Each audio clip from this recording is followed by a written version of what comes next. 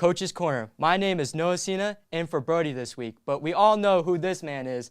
We'd like to welcome Valparaiso head coach Bill Marshall. Coach, welcome back. Noah, thanks for having me. Good seeing you as well. Coach, let's begin with 2 weeks ago. PC3 was on scene for a dominating performance on both sides of the ball in your win against LaPorte on Patriot Night. Can you give a talk a little bit about what is to gain a victory over a DSC opponent on a special night, honoring our servicemen and women? Yeah, absolutely. You know, battling against LaPorte, coming out of the gates for our DAC opponent, we felt that we were very well primed. We had a very close game against Penn, moved into a game against Andrean where we had to battle back and win. So we felt confident going into the LaPorte game. And to be able to have a lopsided victory like we did definitely played into, you know, all the motivation that we have moving forward for the following week, which was Michigan City, and then really into the heart of our schedule this week, which is Chesterton, followed by Crown Point, followed by Maryville. But really the top of the evening, as you mentioned, was Patriot Night. Being able to say thank you to all of those selfless servicemen and women and what they do for our country and have done for our country. Now, that great game against Michigan City, your team held the Wolves in check for most of the game, but it got a little bit interesting towards the end. You guys had an onside kick, but the team was able to come up and pull the ball out of the pile. Now, can you tell us about the importance of special teams and how a big factor they can play in the season?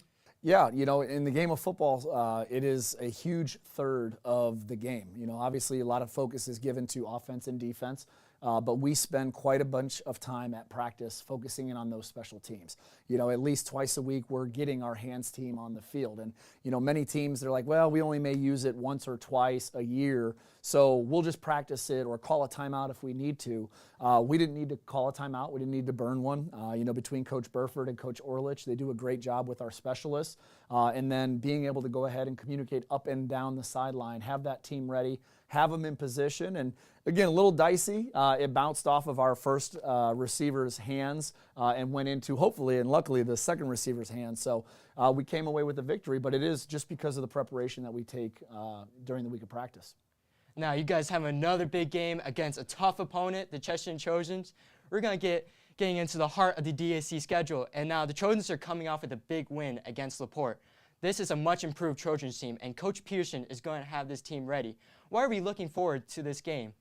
Yeah, you know, it's a crosstown rivalry. Not necessarily crosstown in terms of Valpo versus Valpo like the Ben Franklin TJ game is that you've played in before, but definitely being within close proximity. It is a rivalry game, but I think the focus and the attention to detail at practice this week is what's going to help motivate us and get us over the hump. You know, I told our team the last 7 games that we've played against Chesterton have been decided by an average of 7.1 points. So it's always a very, very close game. But again, our attention to detail, the ability to go ahead and stay focused throughout the week of practice is really what's going to bring us over the top and hopefully bring home that Campbell Meridian Cup again. All right, Coach Marshall, good luck, and we want to thank you once again for your time and joining us for this week's Coach's Corner. Right, thanks so much. I appreciate it. That's all for this week. Kickoff for the Vikings and Trojans is coming up shortly and streaming live on PC3 Media. Don't miss this big battle, DAC battle for Coach's Corner. I'm Noah Cena with Coach Marshall. We'll see you all at game time.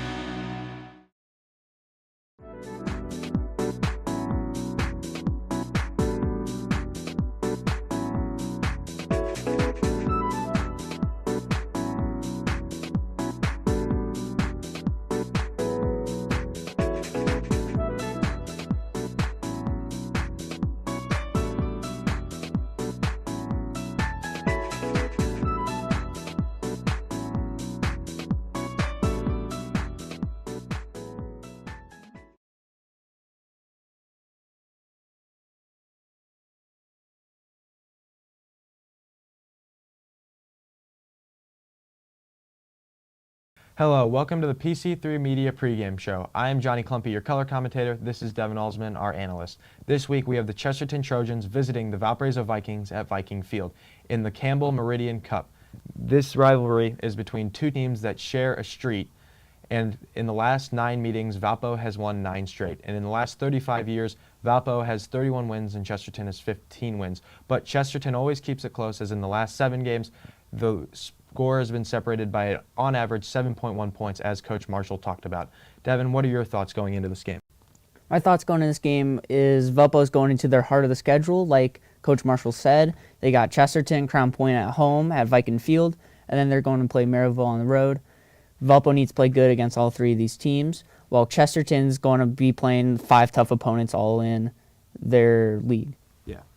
And as you said, Valpo is going into the heart of the schedule. They have 3 very tough teams, hoping to get out maybe with 2 wins and 1 loss would be a great outcome for the Valparaiso Vikings.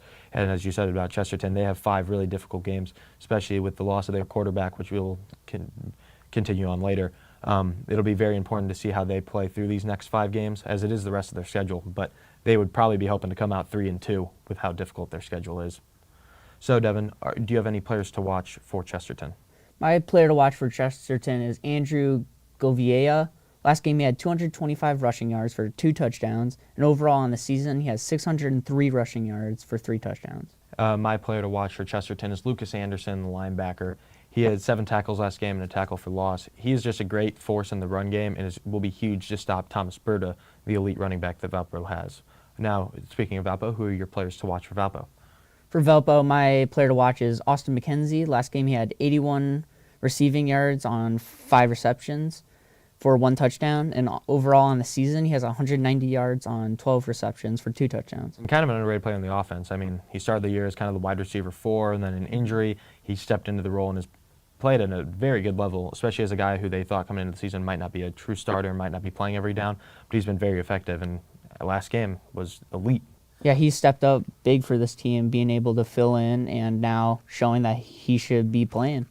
And then my player to watch for Valpo is Ben Fedorchuk, another linebacker. Last game he had 9 tackles and a tackle for loss. On the season, he's only played 2 games. He has 16 tackles and a tackle for loss. He's another force at linebacker that can help Valpo stop the run, which they are going to need to do against this very elite Chesterton running back. That was your player to watch. What are your keys to the game for Valpo and Chesterton? My key to the game for Chesterton is the quarterback play needs to step up. As we talked about, Chesterton's main quarterback, Brady McCormick, is out with an injury. So C.J. Perez is going to have to be filling in that role for Chesterton. Perez is coming into this game having played in all 4 games prior, 3 of them as in wide receiver, though. And then in the most recent game, he played 3 quarters as quarterback. And as a small sample size, he hasn't been the most productive for Chesterton, with only 18 passing yards on 3 completions, negative 12 rush yards due to 2 sacks and 1 interception. And then my key for Chesterton is to make Kellen uncomfortable. Kellen Hosek is Valparaiso's quarterback, as he's been very good against Penn and was great against Michigan City and was great against LaPorte, but kind of struggled against Andrain, and that was because Andrain was able to force pressure on him. That's where Valpo will start throwing turnovers and causing turnovers, is when teams get Kellen under pressure. So if I'm Chesterton, I'm trying to find a way to cause Kellen under pressure, make him play out of structure to force turnovers and get my offense back on the field. Yeah, my key to the game for Valpo is they need to have good defense coming into tonight's game. They've been good at stopping the run game since that Penn game, but need to stop the pass game a bit better, excluding LaPorte's outlier passing yards of 29. Valpo on average in 3 games has led up 160 passing yards. My key for Valpo is keep causing turnovers defensively. They have done it in a lot of games this year. They did it. They had 3 interceptions against Andran. They had 2 last week, and they had a couple versus LaPorte. And it's going to be huge if they plan on winning this game. The defense can cause havoc. It just is a great opportunity, kills momentum for the other team, creates a lot of momentum for your team if you're causing turnovers. And it'll be interesting to see how many turnovers they can cause, as they're missing the guy who has 5 interceptions this season, Jacob Moore, who would have been my player to watch, as he had 2 last week against Michigan City, but this week he is injured and not playing. So it'll be interesting to see if Valpo, or how many, or if they can even force any turnovers against Chesterton, missing a guy who's been able to cause so many turnovers. And it's a major injury in this game, just like Chesterton is missing their quarterback, Brady McCormick. It'll be interesting to see how C.J. Perez steps and fills his shoes. Yeah, we'll have to see. I assume both these teams are great at the run game, but as both your players to watch are going to stop that run game. And Anderson isn't even the only great linebacker on Chesterton. They have another very good linebacker, and that's Roberto Stabilito, who has 28 tackles this season, a forced fumble, and he will also be very effective in stopping the run, which once again you need to do, as we haven't really mentioned it, but Thomas Berta, who would probably be our player to watch, but he'd probably be it every week. Because Valpo loves running the ball. Loves running the football, and he's a great running back. Not to discredit him, but Valpo does run the football a lot, and he's just great at his job. So if you're Chesterton, the main goal for Chesterton is to shut Thomas Berta down, and then you get to all the other things, because Thomas Berta is just so elite. He, as we talk about on the broadcast all the time, is he will break tackles. Like, you can get 4 guys on him in the backfield, he'll somehow turn it into a 5-yard gain, which is very impressive. So it'll be interesting to see how Chesterton's linebackers, who are both very good, can see if they can work to stop Thomas Berta. Yeah, and Chesterton, same thing with their running back. Oviedo has 603 rushing yards this season for 3 touchdowns. Valpo will have to shut him down as well. As we saw in that Penn game, they couldn't stop the run game. This is another good running back. They're going to have to stop him. And also another thing that'll be interesting is Valpo, with missing Jacob Moore, they missed him in week 1 against Penn, and their corner, Tice Morris, had to move to strong safety, and this caused a lot of contested catches lost in the Penn game, which we talked about in the first broadcast. It had been a problem in week 1. Since then, with Tice moving over to corner, they've been able to win a lot of the 50-50 balls, but that was with Jacob Moore playing safety. Now they lose Jacob Moore at safety, so you're filling in a cornerback from lower on the depth chart to try to fill a shoe that has been so elite for Valpo this year. Also, it'll be interesting to see how Chesterton's run game goes, working against the 4-4 setup that Valpo runs defensively. They run 4 linebackers and 4 defensive linemen. So it'll be interesting to see, with a stacked box, how well Chesterton can run the game, or if they will try to take advantage of the 4 linebackers and like the 8 people in the box by using some slot wide receivers and some quick passes, or see if they can take advantage down the field, as Valpo isn't very spread out on defense. There's a lot of guys in the box at the start of each play. Yeah, we'll have to see what happens during game time with Chesterton having their backup quarterback going to be starting, and Valpo is going to have one of their defensive players injured, and we'll have to see how that goes for them.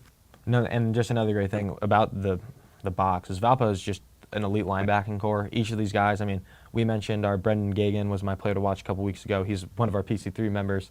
He's an elite linebacker. They have Brody Wheeler, who just racks up tackles and is kind of flying all over the place. And then Adam C. in our game against LaPorte that we were there and covered, he was all over the place. Great linebacking core. We will see 2 great linebacking cores. As Chesterton's a great one, as we talked about. They're 2 guys. They have more of a 2-guy linebacker. Stubierto and Anderson are both very good in stopping the run, along with Owen Edlin, who has a sack this year and has 24 tackles at a DN position, which is very hard to do because that means you're all over the place. It's harder to get tackles as a D lineman, and with 24, he's a 3rd on the team. He will be a key force in the run game at stopping Thomas Berta, like we've talked about. Yeah, we'll have to see what happens at game time. Brody will be commentating, and us 2 will be in the booth, and we'll see what happens. Yeah, it'll be a very interesting game. It's a rivalry game. Tensions will be high. It'll be very fun to watch, and it'll be very fun to be there for. We can't wait to see you later tonight as we are on the broadcast call, and we can't wait to see these 2 teams battle it out for the Campbell Meridian Cup. This was the PC3 Media pregame show. Thank you for watching, and we can't wait to see this great battle tonight.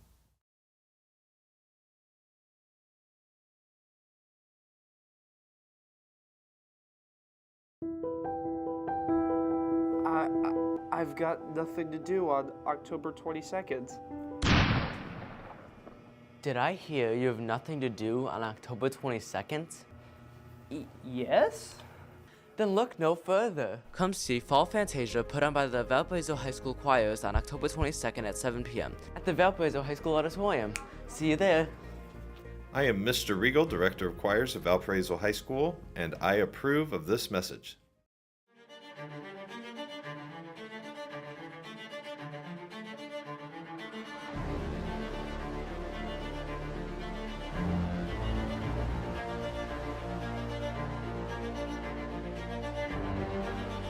Got the opening, and there he goes! He's got clear field ahead of him!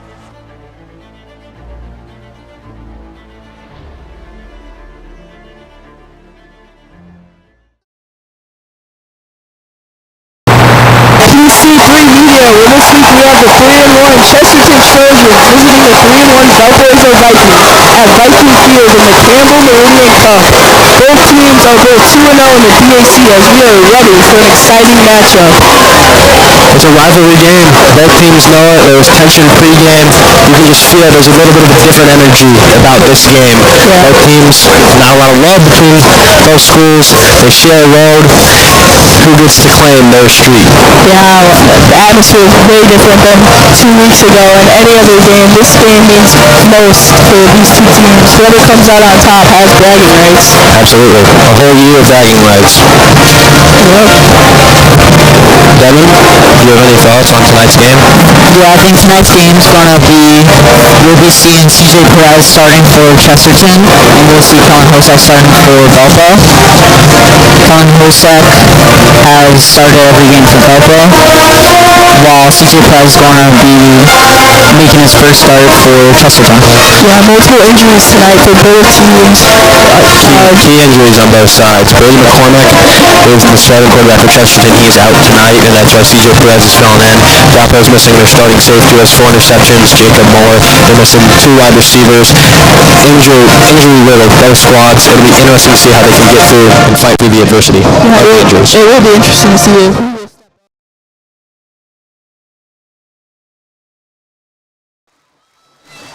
Exciting matchup. Both teams are good. Valpo's 2-0 in the DAC. They're on tied for first with Crown Point. Chesterton fighting in the middle at 1-1 in the DAC. Valpo starts a tough part of their schedule, like Coach Marshall talked about in the coach's corner, and we talked about in our pregame. They start with Chesterton, then Crown Point, then Maryville, 3 of their toughest games that they're going to play all year, and it starts today. And Chesterton has 5 tough games to close the year. It'll be very interesting to see how Chesterton can close the year with these 5 difficult games. It's going to be really tough for both these teams to finish out strong, but Valpo has, they started off 1 loss, but they didn't show any signs of weakness there. They won their last 3. Yeah, they're coming in hot. Chesterton won last week versus LaPorte, but they lost the week previous to Mission City, so it's only a 1-game win streak, if you call it a streak. It's just 1 game. But it'll be very interesting to see how they can respond to the loss from 2 weeks ago in this rivalry today. It's definitely a start for them. But the atmosphere is rocking. Fans are both here for both schools.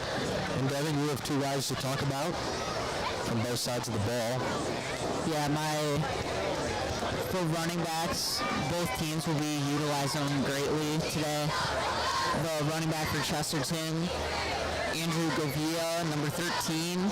He is first in this conference with yards rushing, while Thomas Berta is number 4, is second in this conference with 506 rushing yards. Two elite backs, and they will be leaning on heavily. Chesterton, especially with the backup quarterback, you can imagine they're going to lean on their running back, who has been elite this year very heavily. And Valpo, you know what Valpo's going to do. They love running the football. As here's our coin toss as they're getting ready, surrounding the cup, the Campbell Meridian Cup that we were talking about. There it is in the middle of the field. I don't know how well you guys can see it, but yeah, both teams are ready here for a great start. It's such a great night. A little chilly here, a little wind. It's supposed to get colder later tonight. It'll be a good football weather night. Exactly what you want as a player.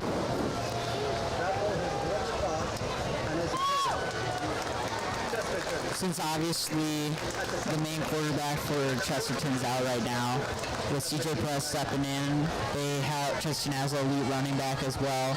Do we think they'll keep running the ball, or CJ Perez will get some passes in as well? Or will they just stick to what they've been doing even with their starting quarterback? I mean, I think they will run it a lot, but they passed with him last week just only 5 times, so it'd be interesting to see how they use him. But they weren't a heavy passing team, even with their starter, so it's just going to be a run-heavy matchup between these 2 stout teams. And when CJ was on the field, he got sacked twice as well, so we'll have to see what he can do.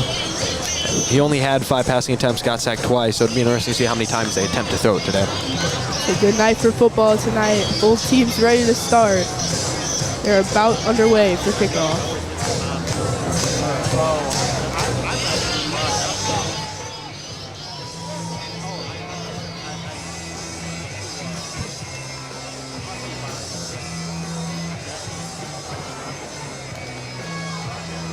Trevor Faulkner here for the kickoff tonight, the first for this game.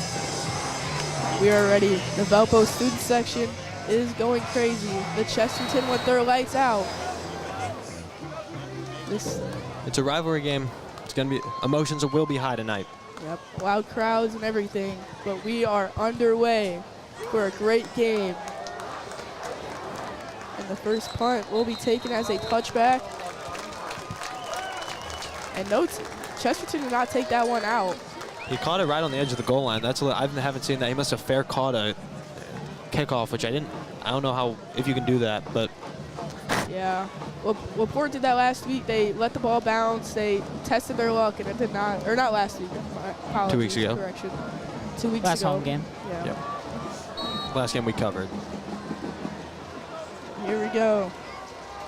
CJ Perez trying to make some magic here.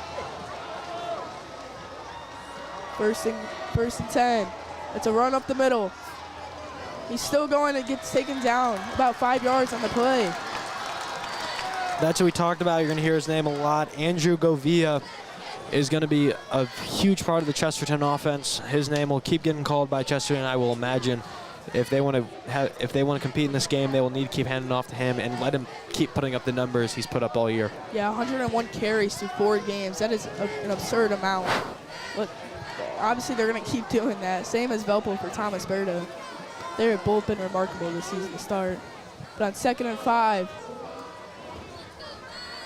the ball is snapped. It's another handoff up the middle, pushing through. But he'll be stopped before the first down. It will be about 3rd and 1. So a big 3rd down to start this game. Benjamin Fedorchak makes the tackle, but just a great effort from Govia. As we talked about, as we've talked about previously with Thomas Berta, he is able to meet contact, but run through the contact and keep getting yards after getting met by a defensive player. We are going to see a lot of similar things from Govia tonight. Student section already rocking. The fans are stomping. 3rd and 1. Let's see what Chesterton can do on their first drive. Ball snapped. It's our handoff up the middle, but he gets stopped. 4th down on the first drive of the game. And this Valpo team is already up and high. Ooh, I think they're giving him the first. Ooh. That's what it looks like. Interesting to see. That first possession, I feel like, is a big show of what Chesterton's going to do tonight. Running the ball, they ran the ball all 3 plays, and I assume they'll keep doing that. We're going to see a lot more of it, as Brody mentioned. That's now 104 carries on the year. They're just going to keep running with him. That is an absurd amount of carries, that, like you said, just a workhorse in the backfield. This guy's got to be crazy. But 1st down here. Up the middle, another carry. He's pushing through, and he gets about another 5 yards on 1st down. That's a great 1st down play. If you can continue and get 5 yards on each 1st down, that's pretty good. It's also really impressive because Valpo runs a 4-4 set, so they have 4 defensive linemen, 4 linebackers. So you have a bunch of people in the box, so it makes it harder to run the football when so many guys are in the box, but he is running through all of them. He does not care. Through, and he keeps gaining. It's going to be tough to take him down for a loss tonight. But on 2nd and 5 here, we have not seen a pass tonight, but it's another handoff up the middle. And it will be the same scenario here, but he's going to get pushed back a bit. So a little less of a gain here, but 3rd down again. No pass has been seen tonight by Chesterton to start this game. Just a combo of tackling. Like we've talked about, is that you have to group tackle Thomas Berta. That is what Valpo has to do tonight, and there's 3 linebackers there in to make the tackle, but it's going to be 3rd and very short. Yep. I wonder what Chesterton will do here. I think they run.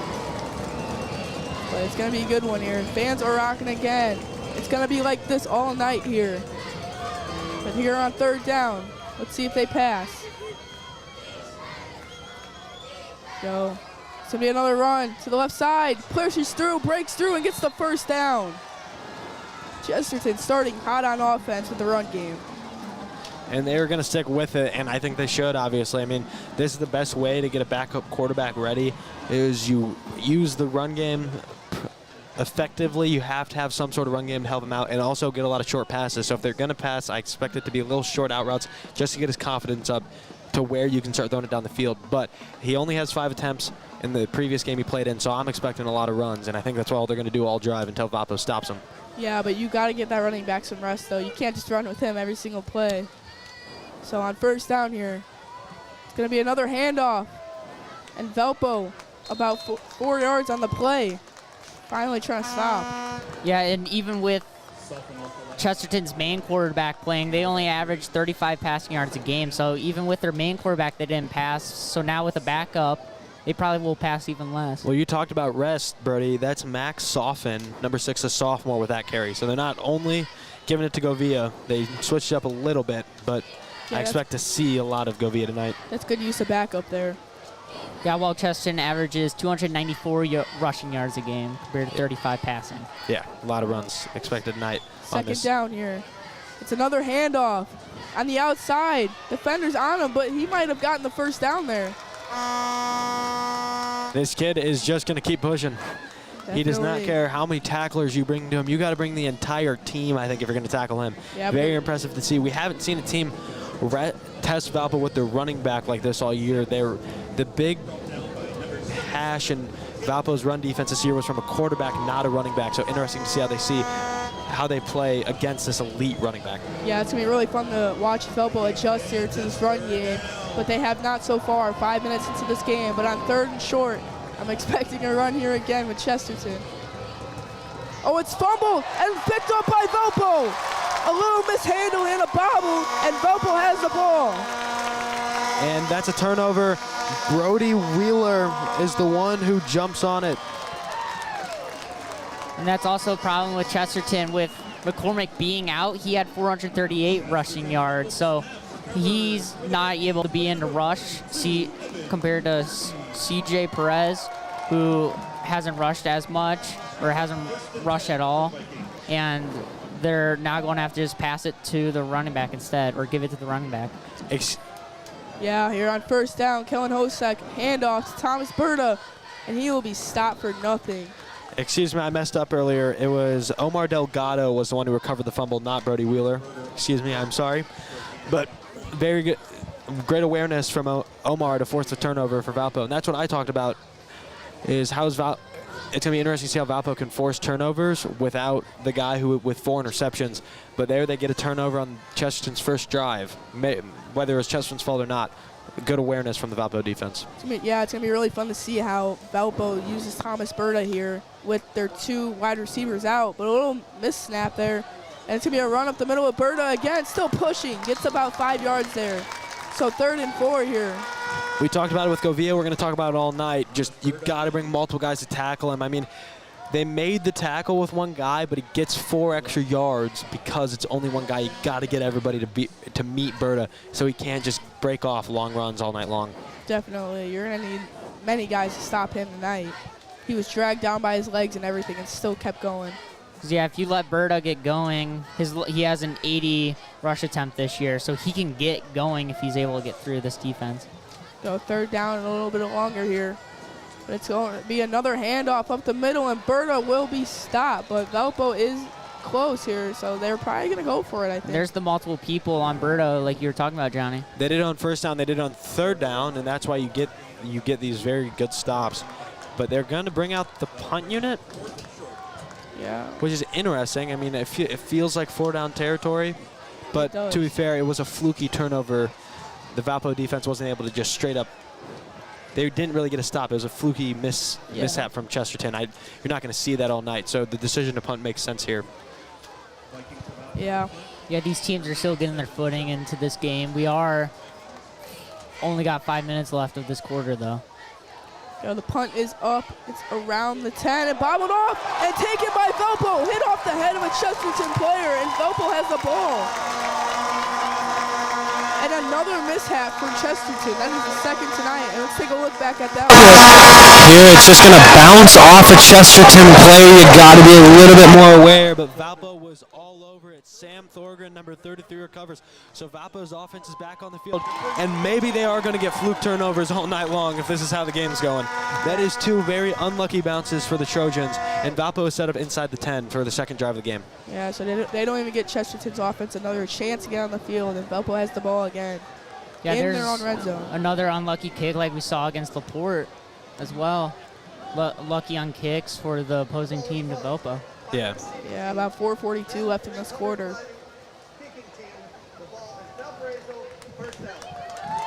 Yeah, that's one you don't really see. You don't see it bounce off the not the punt returner, because that wasn't the punt returner trying to get the ball. It just bounced off a coverage guy. Yeah, so it did. Valpo got like 50 yards on a kick, pretty much. Yeah. Here we go. It's a first down here. Thomas Berta will run up the middle and stops for a little to nothing. So they've used Berta effectively tonight. No passes yet for both teams. So maybe this is just a run game here. I mean, that's what we expected, though. I mean, Valpo's passed it a lot this year, a lot more this year with Kellen Hosek than they did last year with Justin Clark.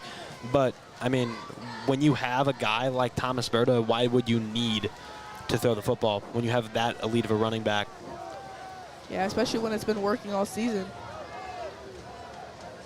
Interesting setup from Valpo with 2 running backs and missing 2 wide receivers. Yeah, wide receiver in motion, hand it off. It's a run, or he's running. And taken around the 5. It will be close.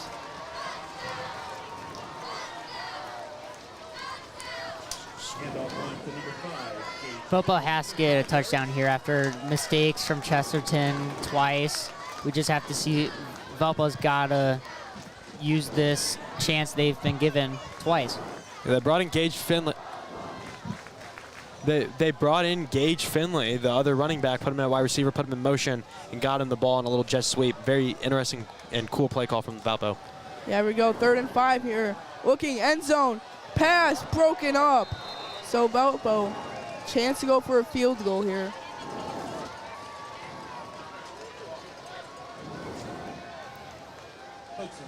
Cole Richards in coverage, the safety.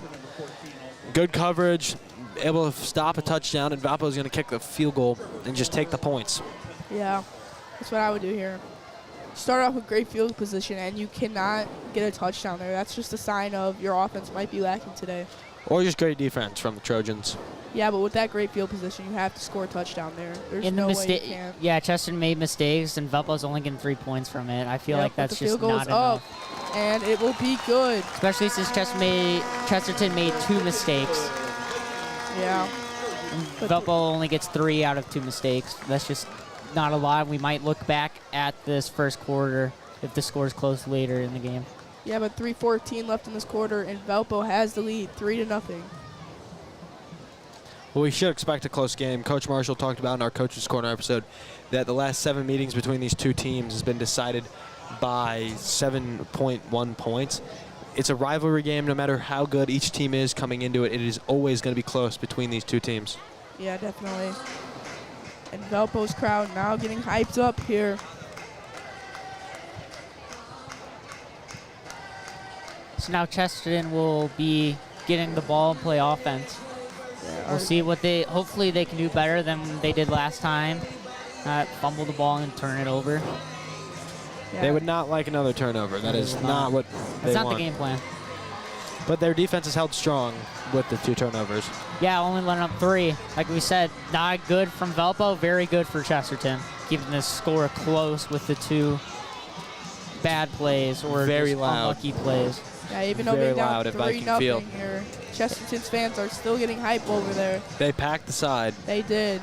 Both teams are blackout tonight for Interesting to see from student sections. Yeah. Saying that their team is wearing all white. It's just weird to see.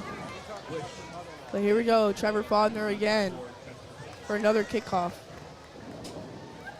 And the kick is up. And it is a missile into the end zone. A bounce, and it bounces back again. It happened 2 weeks ago, and it happens again. And Chesterton will be taken down around the 14-yard line. That is, wow, another crazy bounce that has gone Valpo's way in games we've been at.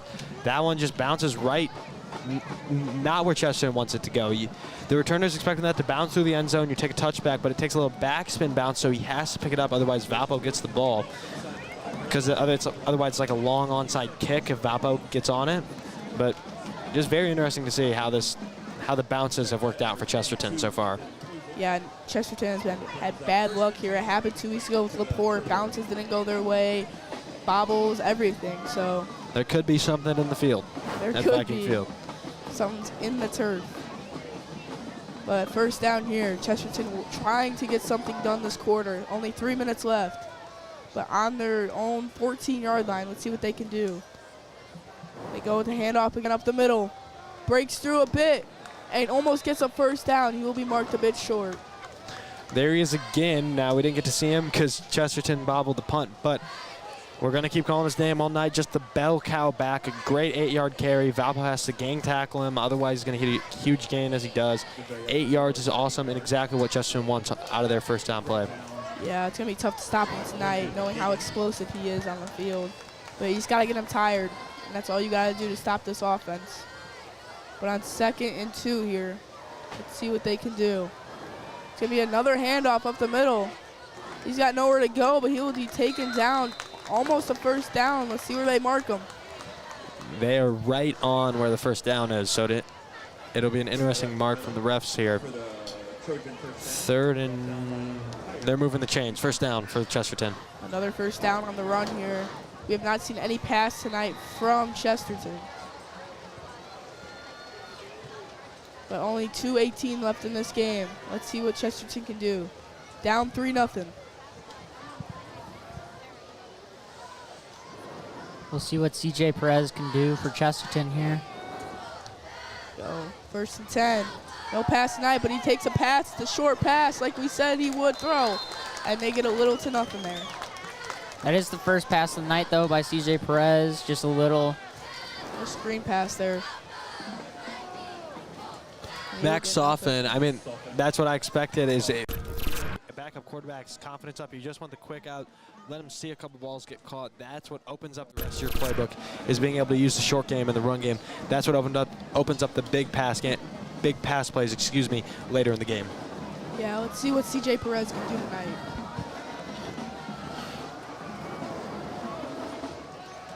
But on 2nd and 10 here, let's see what they can do. There's a handoff up the middle. He will get about 5 yards, so it'll be 3rd and 5. Another solid carry. Oh, very late flag. Very late flag. Interesting to see what this one is.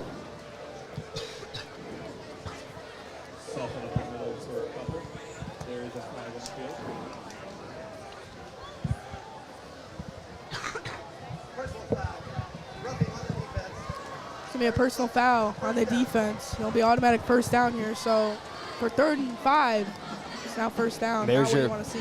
There's what Chesterton likes, not what Valpo wants. So that's something that can't happen.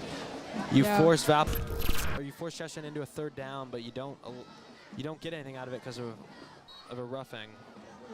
Oh, just a late hit on a guy already on the ground. Yeah, it's going to hurt you there. So now Chesterton all the way up to the 45, trying to make something of this drive with only a minute left. Let's see what they can do. Valpo with the penalties that we've seen throughout the year as well. Yep, first down here. It's going to be another run up the middle. He's only going to get about 3-4 yards there. And not the best run of the night, but a good positive that Chesterton likes to see on first down. If you can just break away 3 or 4 yard runs every play, they will keep doing it because it's going to lead to first downs. Yeah, because when 3 to 4 yards is your least amount of yards on a run, and that's like on average. That's great. That's exactly what you want. And when he's going to carry the ball this much, he averages 6 a carry, but with so many carries. Well, there 15 seconds left in the quarter. There we go. 13 seconds. They can't let this clock run out. They have to go. And it'll be a flag here. Looks like a false start, but yeah, Chesterton already moving back. Yep. So now both teams have a penalty. Yeah, let's take a look. Yeah, you see it. Number 7, Caden Summer jumps pre-snap, and now you're back to 2nd and 12, and that's not really what Chesterton likes. You don't want long downs, but the clock is running, so that's going to be the end of the quarter. Nope. Valpo up 3-0 at the end of the first quarter. Great quarter of football. Yep.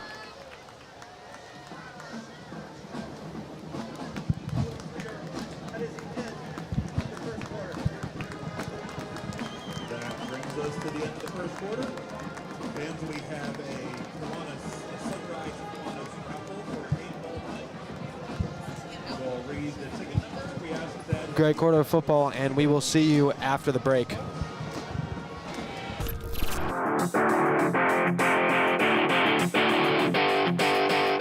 This is Towing the Rubber. I'm Devin Alsman. I'm Johnny Klumpy. During the season, we recap the games and Cubs news every episode, and then we'll add in a couple different segments. And during the off season, we plan on recapping news and doing trivia games. Johnny and I will give our opinions on sports, and we'll hopefully have some laughs along the way. You can find our show on the PC3 Media Network Radio or PC3 Media YouTube channel. And we are back here for the second quarter of this amazing matchup here between two awesome teams. Close in proximity. They share the road. We'll probably hear the student sections claim it's our street later in the game when we find out who wins this one. Very quick first quarter, especially what we've been used to. Yeah. When we've been here, we've been through some long quarters with penalties and a lot of passes. But both of these teams are heavy on the run, and that makes the clock burn because you aren't going to see many incompletions. Yeah. So only 3-0 after the first quarter. The run game's been heavy. One penalty each per team as well, and both were late in the quarter. 2nd and 12 here. It's another handoff here, trying to get something going. But he will be stopped for no gain, and that's a rare occurrence tonight. That's not what we've seen from really either team in the run game. That's what Valpo likes to see. You're going to force Chesterton into 3rd and 9, 3rd and 10-ish. And that's exactly what they want with the backup quarterback in. This is one where you can't really run it on 3rd and 9. Chesterton's going to have to pass it, which they haven't done a lot of this year. No, not many receptions around the board. Yeah, that one pass we did see, it was a little screen pass. And it was just right out of the backfield. Now that's what you're going to need. You need to get the confidence going with the short passes, but here you go. Big here, yeah. You'll need something over the middle or deep down the field. Let's see, 3rd and 9. Big 3rd down. They're going to hand it off here. Oh, never mind. It's a quarterback run, and he will not get the first down. But let's see if Chesterton will go for it. Yeah, as of right now, I believe Chesterton is 1 and 3 on 3rd down conversions, so we'll see what they do for 4th down. Yeah, it's a little fake right here. He's got some wide receiver background. CJ Perez was the wide receiver for Chesterton before filling in at quarterback. But he takes a step off the field right now. Yeah, 4th and 2. Before filling in for Brady McCormick, the starting quarterback for Chesterton. They're just going to expect to run up the middle. They're lined up in Wildcat for Govia. Expect just a straight run up the middle with all those blockers. There we go. He will get the first down. Barely. Let's see if they got it.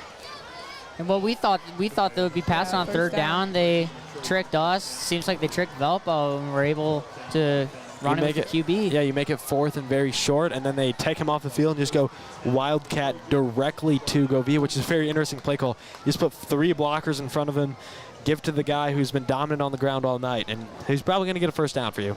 Yeah, he will definitely. When you have all those blockers in front of you, nothing's going to stop you. Chesterton has 62% completion rate this season so far with 4th downs as well. That's very impressive. There we go. 9:56 left in the second quarter. First down for Chesterton, trying to drive down the field. He will only get about 4 yards there on the first down. That's Brandon Gagan on the tackle. Good tackle, got it. It's still a nice 4-yard gain for Chesterton, but you're gonna have to make strong tackles. Didn't allow him to break free, didn't allow him to break the tackle. Good solid tackle from Brendan Gagan. Yeah, we haven't seen much of CJ Perez tonight, just that one pass and then that bobble. And the run, though. He did make the good carry to set up the 4th and short. But that is what we expected. Just going to be a bunch of runs tonight from both sides. Yeah, when many injuries affect your roster, it's hard to win a football game. Both teams have injuries coming in tonight, just different places. Here we go on 2nd and 7. It's going to be picked off. Wow. Brendan Gagan. What an play was all over this halfback screen. Is going to come down like a missile on it. Read it perfectly in a diving interception. And another turnover forced by Valpo. That's just a great play. That is amazing defense. You can tell he's been watching film to be able to see that coming. Just starts down like a missile, dives in front of the play. Very impressive from Brendan Gagan, who we were just talking about, made the tackle, and he's a fellow PC3 member with all of us. Yeah, the catch is probably the best part of that play. Just swooped in there like an eagle and just took it. Yeah, and that play doesn't happen if there wasn't pressure on the quarterback as well by Valpo. Made him have to throw it. Here we go. Kellen Hosek here drops back for a pass deep over the middle, and that will be,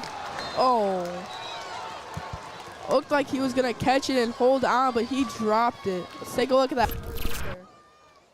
Just get coverage. He's gonna roll out, set the feet, good throw. Well, yeah, when he's taken down, he just loses the ball. And that's when you don't have your starters. That's if Juju's out there. It depends. Like, is he making that catch? Most likely. Chase Staubis was the one in coverage. Great play in coverage. That's a hard ball to get to. He makes up for the separation he gave up and knocks the ball free. Very impressive play from the corner. 2nd and 10 here. The flags in the student section are going for Chesterton. Another pass. Looking over the middle, pumping. Deep, has him to the 20. He caught it. Austin McKenzie makes up for his drop for a catch.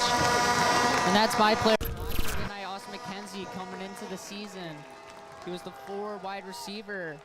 He's able to make a terrific catch, being able to get Valpo inside the 20, into the red zone. Yep.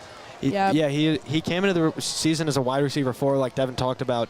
Didn't see how much playing time he was going to get. Then Damari got hurt tonight. They're missing both Damari and Julian Stokes. But he's stepped up. Even in the games, he's like cemented himself as a wide receiver 3 basically, and is going to play. And has become like an every down player for the Vikings. Yeah, first down here. It's a handoff. Never mind, my bad. And it's dropped. Keegan Bagley, who was very good in the last game we were at. Good little fake handoff, rollout. Gotta catch those. Hit both in the hands. He could score that. This year he only has 6 receptions, and that could have been his 7th. It was a pretty easy one. He just wasn't able to bring it in. Yeah, more focus on getting it into the end zone than actually catching it. So he had 3 catches in the Laporte game, and then 3 in the Penn game. Both of his 2 catches. His 6 catches have only been in 2 games. Yeah, it's gonna be a fake here, and Kellen's pressure, and he is taken down for a sack. Well, another fake there, trying to deke the defense, but it does not work. And let's take a look. Chesterton defense gobbles up. Benny Rivera, the linebacker, was just all over it. An impressive play from the Chesterton linebackers to force a 3rd and 16. Valpo, but they've shown the big play in the past. Yeah, we saw play with the Austin, passing game. Austin dropped it, and then they got that big play. So a drop there and a sack there, who knows what they could throw up. They're definitely going to pass here. I don't see Valpo running this ball. Nope. Yeah, Valpo's 0 for 2, I believe, tonight in 3rd down conversions as well. There we go on 3rd and 15. It's kind of a little lower snap. Kellen's going to see some pressure there over the middle, and it's going to be tipped, and it's going to be dropped. Oh, wow. That was almost a scary play for the Trojans. Almost a scary play on both sides. Yeah. Kellen kind of hit as he overthrew Bagley, and it goes off a guy's helmet. So Chesterton almost misses it, almost has an interception, misses it. And then Valpo almost able to get the bobble for a touchdown, but can't get it. Yeah, Austin McKenzie would have been the one almost able to snatch that with the diving play. Just a wild, wild play. We've seen a couple of those tonight. Yeah, there we go. Trevor Faulkner here trying to give Valpo a 6-0 lead. He's already 1 for 1 tonight in kicks. Go, the kick is up, and it is good. No good. They mark it. No good for Valpo here. Yeah, it is seemed that like his first missed kick of the season? Yes. Yeah, it is. I believe so. It was just to the right. 33-yarder. That's a difficult kick, especially from a hash mark, especially with how wide the hashes are in high school. Tough kick. It doesn't get to go through, and it's a break for the Chesterton defense. Yeah, they got lucky there. They got that or could have been an interception. He just looked late, didn't get the read, and then got the missed kick. So both sides have been a little shaky to start, but it's only early in this game. It's 7:25 left in this first half. It's going to be a first down here for Chesterton on the 15-yard line. Lowest scoring game we've seen, but it's also to be expected in this rivalry. Both teams always play each other close, and it's usually low scoring when it's a close game. Yeah. There we go. It's going to be a handoff, and he will be tripped. He jumps up and then trips. There's gang tackling from Valpo. That's what they're going to have to to do if they want to stop Govia. And they do it there, but if you're Chesterton, you got to keep giving it to him. He just has such big playability that you can't not let him run the football. Yeah, you saw a bobble, like a little fumble from, apologize, CJ Perez, a little fumble there in the first quarter, a pick here now. It's just been a struggle for this kid early on in the game. Well, that's a screen pass. That is his one read on that play. But It was more of a great play. And it was a low throw, so. It was also just an amazing play from Val, but I wouldn't really put that one on him. Yeah, it was a great play, but CJ Perez does now have 2 interceptions on the year. So he's already thrown 1. And that timeout, Chesterton didn't like what they saw on the 2nd and 7 look. Chesterton now has 2 timeouts. Chesterton is still very close in this game. Coach Bernardi trying to get his boys fired up.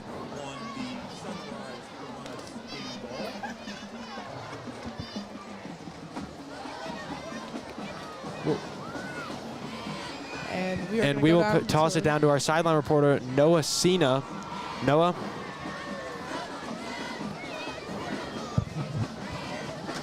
Put the gate on me. Get through.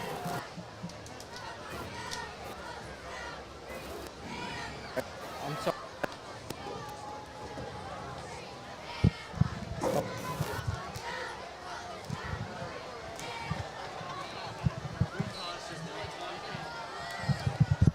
Apologize for having some. Noah's having technical difficulties. We'll see if we can get to him later. Apologize. Here we go. It's going to be 2nd down after the timeout. There'll be a little fake here, but he will be stopped. So nothing here for the Chesterton offense this drive.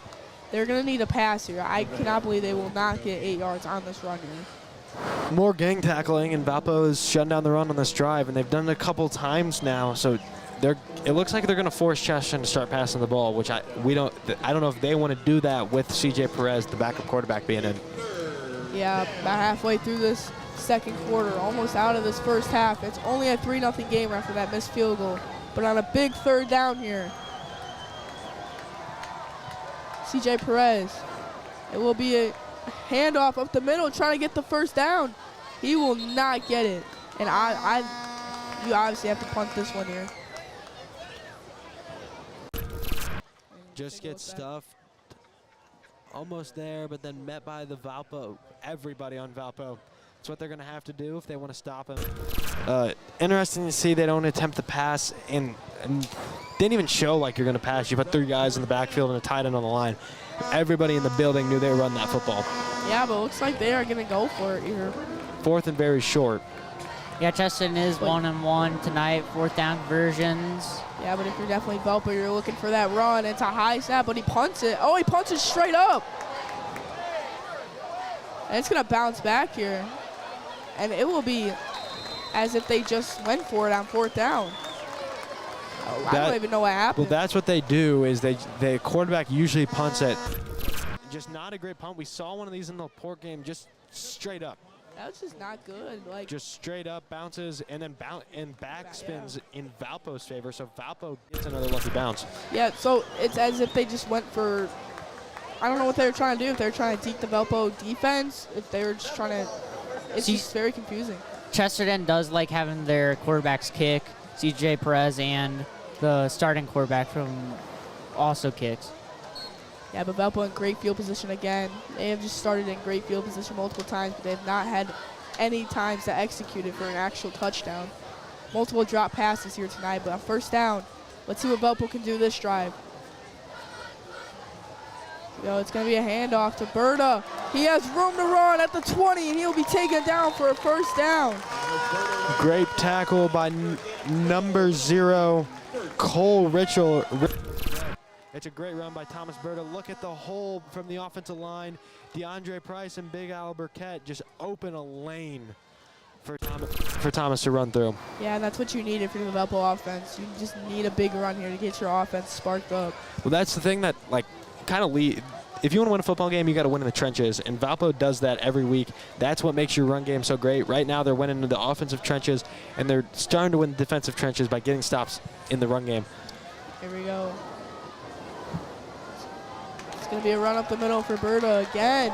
Cuts left, and he will get almost a touchdown there. And a little late hit over there in the end. Another just gigantic hole for him to run through. Same play. They're going to keep giving it to Berta behind this amazing offensive line that Valpo has, and it's now going to be first and goal from their marking it at the 5. Yeah, but we see a late hit in the end zone there. That wasn't even part of the play there. I think it's just a downfield block. It usually gets physical. Rivalry game like we talked about, it's going to get physical between these two teams. Yeah, no, Berta's got 5 touchdowns for a season coming into tonight, so we'll see if Berta's going to get another touchdown here. After running, he almost was able to get that one there. We'll see if they go back to him.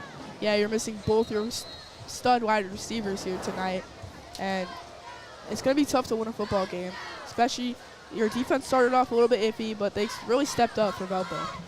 Yeah, they forced 2 turnovers, forced a punt. Exactly what the Valpo defense is wanting to see. Now it's Chesterton's turn for their defense to step up. Yeah, but it looks like they're rattled right now. They really can't answer for anything that Valpo's been doing in this game early on. Neither team has been good on third downs. I believe Valpo's 0 for 3 and Chesterton's 1 for 4.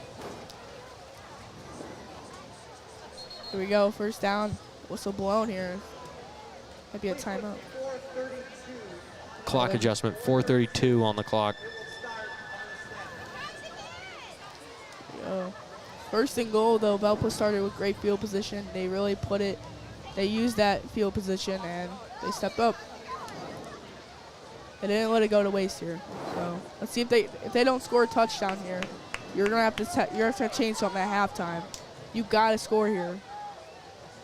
The wide receiver in motion. It is McKenzie, and it's gonna be a false start on offense. Yeah, I don't know what Valpo's doing, just waiting around. If they're trying to get a play going or figure out. Well, they run the play clock down. You're getting a guy in motion, and then Kellen's doing some hard counts, trying to get the defense to jump, and it's the backup wide receiver, Reese, the one that jumps on that right side of the field, just leaves very early. As you see, senior Damari Gordon trying to talk to number 20 there on the sideline, see what he did wrong there. Well, you're missing, like you talked about, you're missing 2 wide receivers, and it's going to be interesting to see how the Valpo passing offense works tonight without those 2 kids. Yeah, you're back on the 10 now.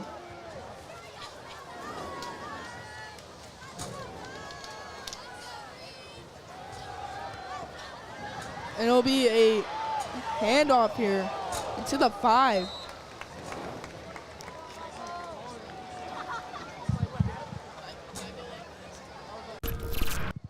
And here it's Kellen. He tries to step up in the pocket. Nobody's open. Takes a run. Interesting tackle. Looked kind of like a horse collar, but they didn't call anything. Yeah, Kellen can run the ball with 154 yards this season with 2 touchdowns. Yeah, we got 4 minutes left on this clock in the first half. And Valpo started great this set of downs, but the flag, a little bit of misconfusion here, and they cannot leave here with a field goal. Yeah, Valpo's got 2 penalties to Chesterton's 1. Yeah, you got to utilize Thomas Berta here in this red zone. He's been so strong all season.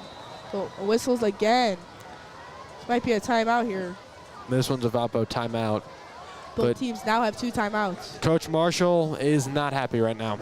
Yeah, I would be frustrated as well. Like, just something's not going right in this little set. The offense really isn't clicking here tonight, as we haven't seen Berta completely go off so far tonight as well, compared to their running back who's done a bit more. Yeah, let's go to our sideline reporter, Noah Cena.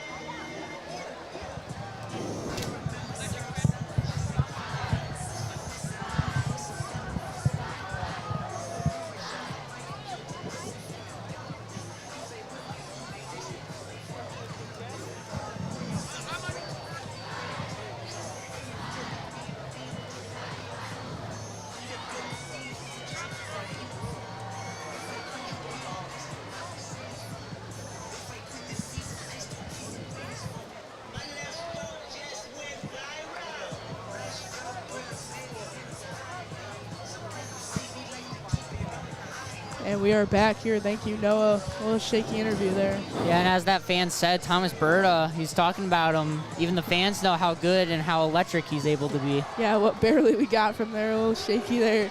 But we are back, 2nd and goal here, trying to capitalize on this great field position. But we got Austin McKenzie in motion here behind. And it's going to be Kellen looking out. A little pitch to Austin. A little cut through, and he will not get anything. Now it's 3rd down. Buffalo's 0-3. Yeah, back at this one. I don't think that's what Coach Marshall wanted coming out of this. As you see, Kellen, it looked like it was a read option play there. Kellen could have taken it himself or pitched it back to McKenzie. Chesterton's defense just all over it, though. Yeah, they read that one. Yeah, Johnny, your player watch is Chesterton defense as well. Yeah, it's the linebacker Lucas Anderson. He makes up a great linebacking core along with Stabilito, Davis, and Rivera. They're the man mending the middle tonight for the Trojans. Here we go, big 3rd down here. It's a pass, a 50-50 ball overthrown, but a little bit, it looked like he was holding on to the wide receiver there. Let him play physical. Rivalry game. We talked about how physical it's going to be all night long. They let him play. Valpo's field goal unit comes on again. Yeah, that's just what you don't want to see. You're on the 5-yard line, 1st and goal. Just a lot of miscues from the Valpo offense. And it's been a weird – well, Chesterton's defense has played great, so you got to give a lot of credit to Chesterton's defense.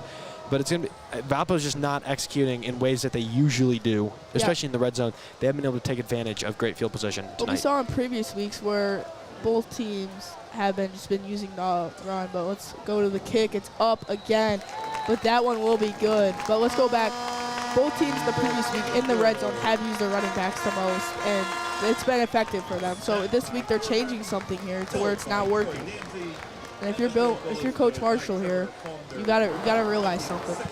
And obviously Chesterton's going to be game plan the run, but when you're running back like Thomas Berta is doing so good this year, you got to keep giving it to Thomas Berta. Just see what he can do. They didn't even give him the ball, which I think is a very interesting choice from Coach Marshall. I don't get the choice in not even giving the ball to Berta once you got inside the 10. Now, he got you down to the 5, and then once you got to the 5, you never gave it to him. Very interesting play calling from the Valpo coaching staff once they got in the red zone. It really feels like you just tried to give Kellen a chance to show himself there, and it really didn't work as well as he thought.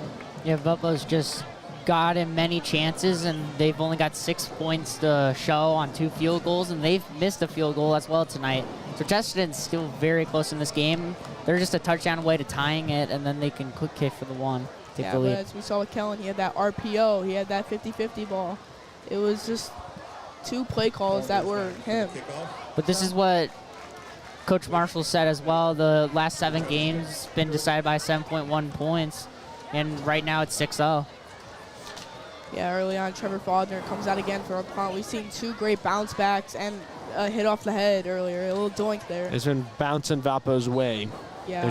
There could be something in the Viking field turf. Would not be surprised if there was. But the kick is up, and they're not going to let this one bounce. They're going to take it out at the 10, at the 20. No, he's got good blocks here, but he'll be taken down around the 30. Oh, looks like some little taunting here, but no flag called. Interesting. I couldn't have a chip or he's talking to him. Yeah, he really tapped him on the back of the helmet there. But he takes it out, did not let it bounce, did not want no bounce back. I think they probably talked about that. But he takes it up all the way until the 30 without any really pressure.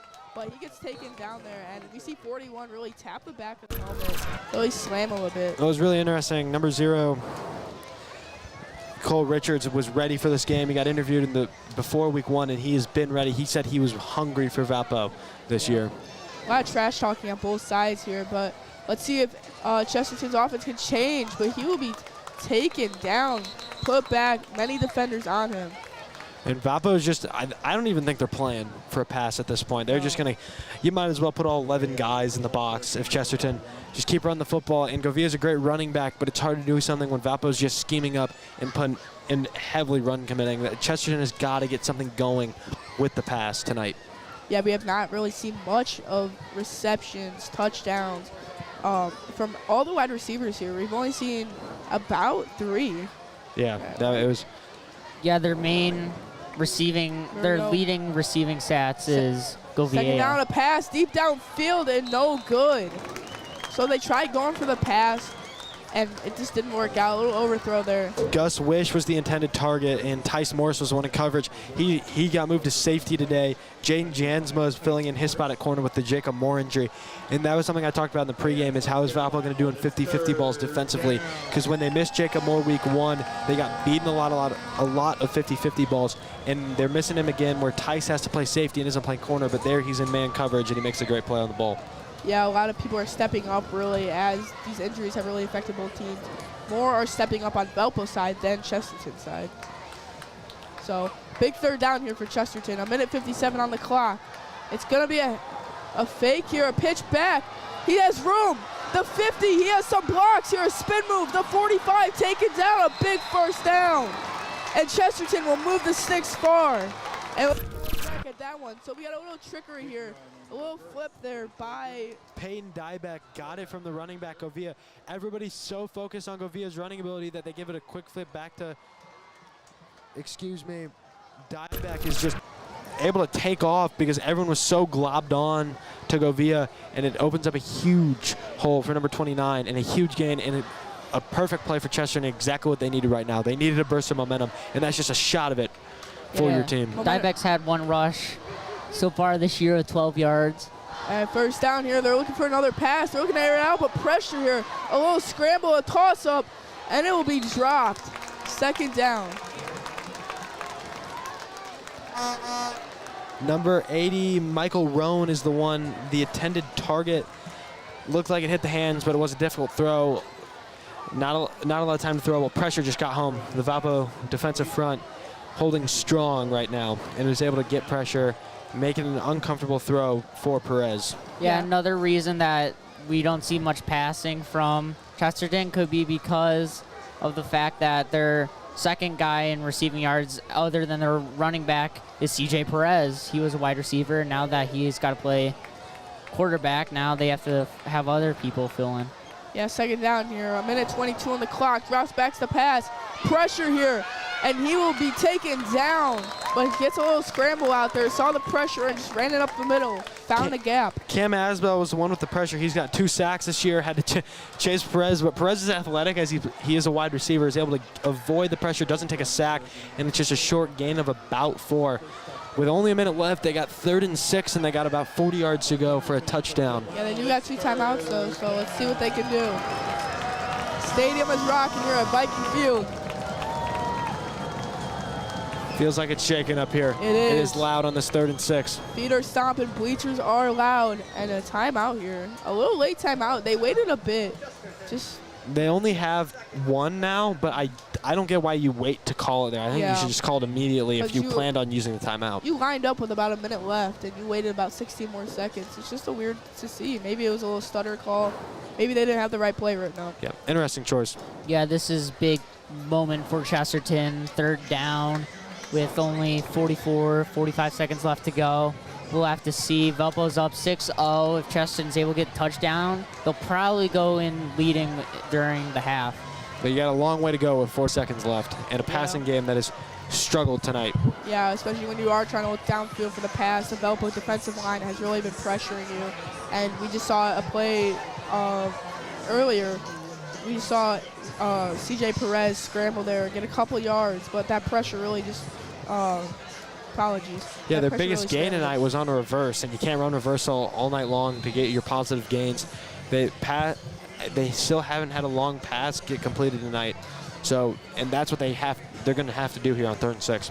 Yeah, you're going to need something big here. We have not seen the field goal yet tonight for Chesterton. We haven't really seen much. But 44 seconds here, 1 timeout left. Let's see what the Valpo defense can do. Let's see what Chesterton cooked up in that huddle. Yeah, Chesterton is 2 for 5 on 3rd downs, I believe, tonight. There you go, 3rd down, drops back for pass. A little pressure, he has to scramble again, but he has room. The 30, but he will slide here. A little hurry up now. And there's the wide receiver build for their quarterback there.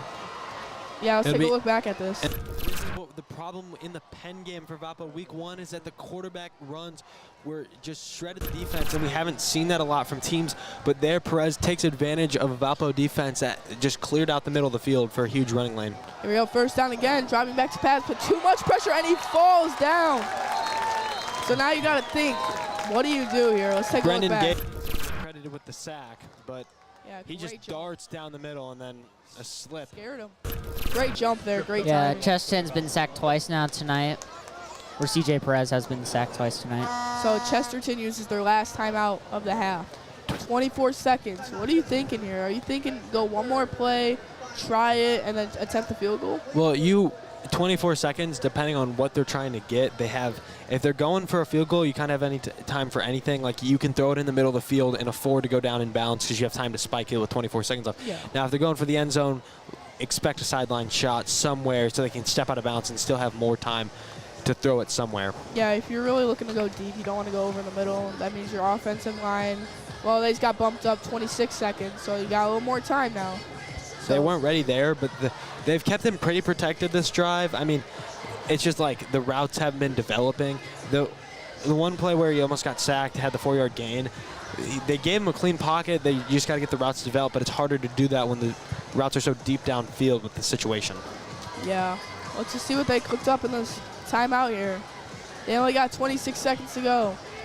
Yeah, and they're two guys that have been receiving the ball this year. Caden Summer and Patrick Moken might need to be able to get past to tonight or right now. Yeah, 2nd and 21 here. Let's see what Chesterton has to offer. So he'll drop back like we promised, or like we said, and he'll be taken down again. Now, if you're Valpo, you're calling a timeout here. No, you're just going to take it to the half. It's a rivalry game. You get the ball to start the second half. You're going to end the half here. Chesterton still has time on the clock to do something. Cam Walden was the one who gets home. They spike it. Yeah, so fourth it's down, though, so fourth obviously you go for a long. Fourth and mile. I'm not kneeing this one here, obviously, because they spiked it. Yeah, so now they're 3 and 7. If I'm Chesterton, throwing it up.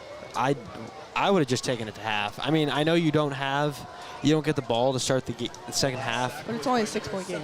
That is true, but I think you just take it to half and hope your defense can get a stop, which the defense of Chesterton has played really well. They've just been given short fields, but they forced field goals. It has been a great performance from the Chesterton defense. Great pressure from Cam Walden was the one to force the sack. Just a great one-arm tackle on CJ Perez, and it forced 3rd and long, which is now the spike. It's now 4th and long. 4th and a million for the Trojans. Chesterton's going to have to pass it here, and that's not something they've been strong at this year, so it'll be very surprising. Game here. They just took it out. It's going to be a delay game. They're going to move back more. They're still talking, so they definitely wanted more time. They're definitely going to take a shot down the field. There's no way they're just thinking about kneeing. Well, I think they're drawing up either a huddle, like a lateral play, excuse me, or just chucking it deep. I don't think they really care that much about the 5 yards with whatever their game plan is here. Yeah, I don't think it'll matter much, especially since they want to get something going. They want to make sure they all agreed. You're just trying to throw it as far as possible if you're Perez right now. Yeah, you need time. We see Valpo backing up. You need time to let the play develop here if you are Valpo. And I think Valpo's going to call a timeout. We'll talk up here. Fans haven't. Oh, the clock ran out. Never mind. I guess clock ran out. I guess Chesterton never got a playoff. And all that time wasted, I would be furious here. But at the end of the half, Chesterton seems to be talking to the refs as well. 6-0 here. Confused. Valpo up at half.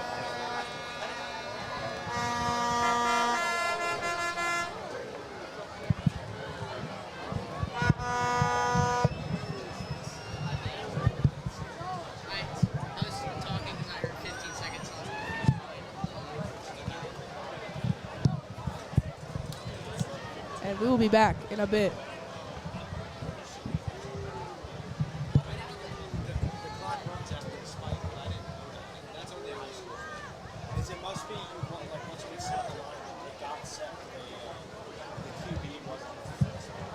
Well, Chesterton's still arguing.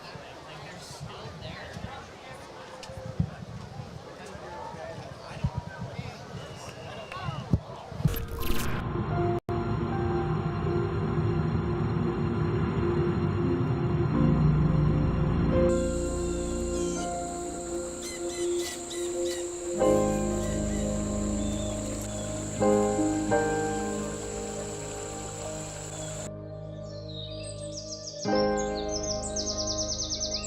Dirty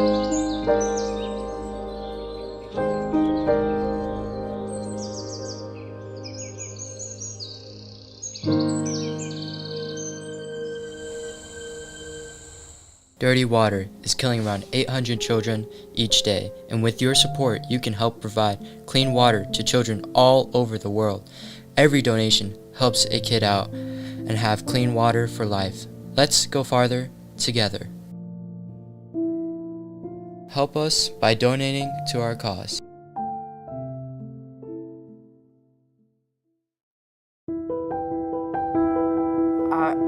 I've got nothing to do on October 22nd. Did I hear you have nothing to do on October 22nd? Yes? Then look no further. I said it like once tonight.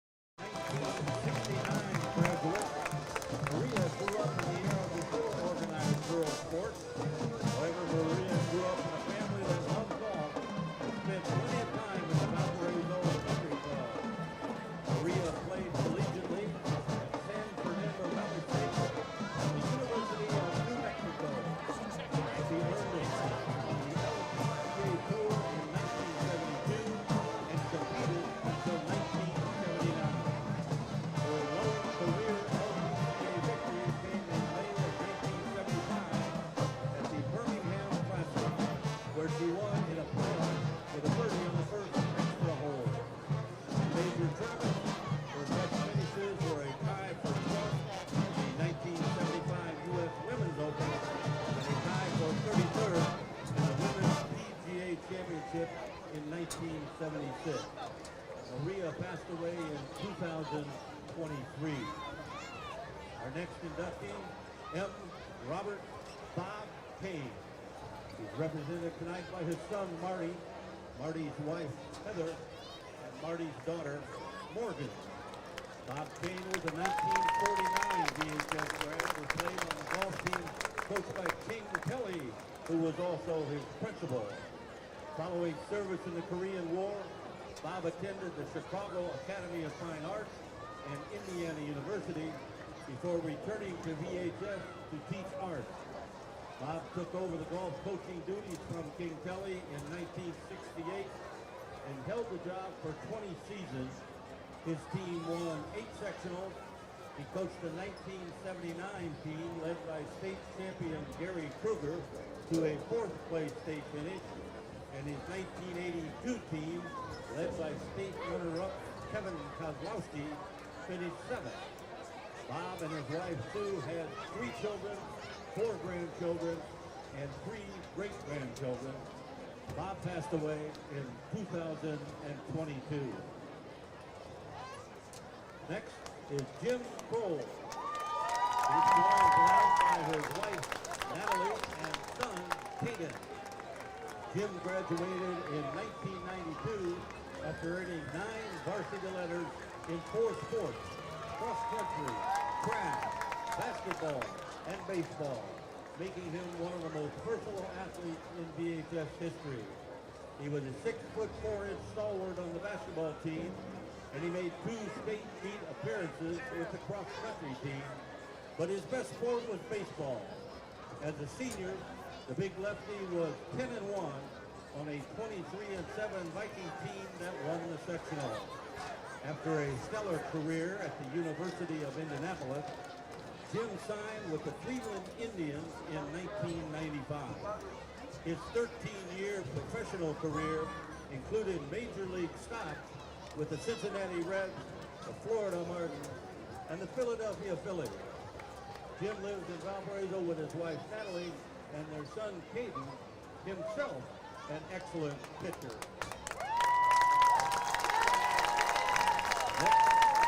Dana Drew Shaw, joined by Kara Drew, Bryson Drew, and Dana's brother and 2010 VHS Hall of Fame inductee, Bryce Drew.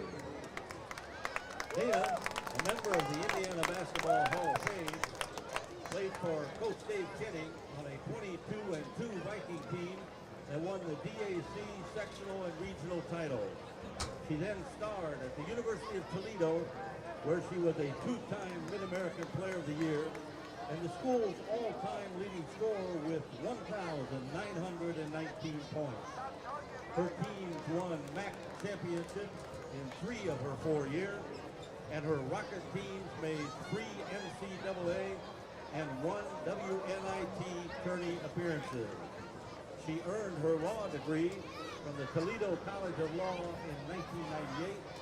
She currently is Vice President of Government Relations at Grand Canyon University, where her husband Casey is an assistant basketball coach for her brother Bryce. Dana and Casey have 4 children.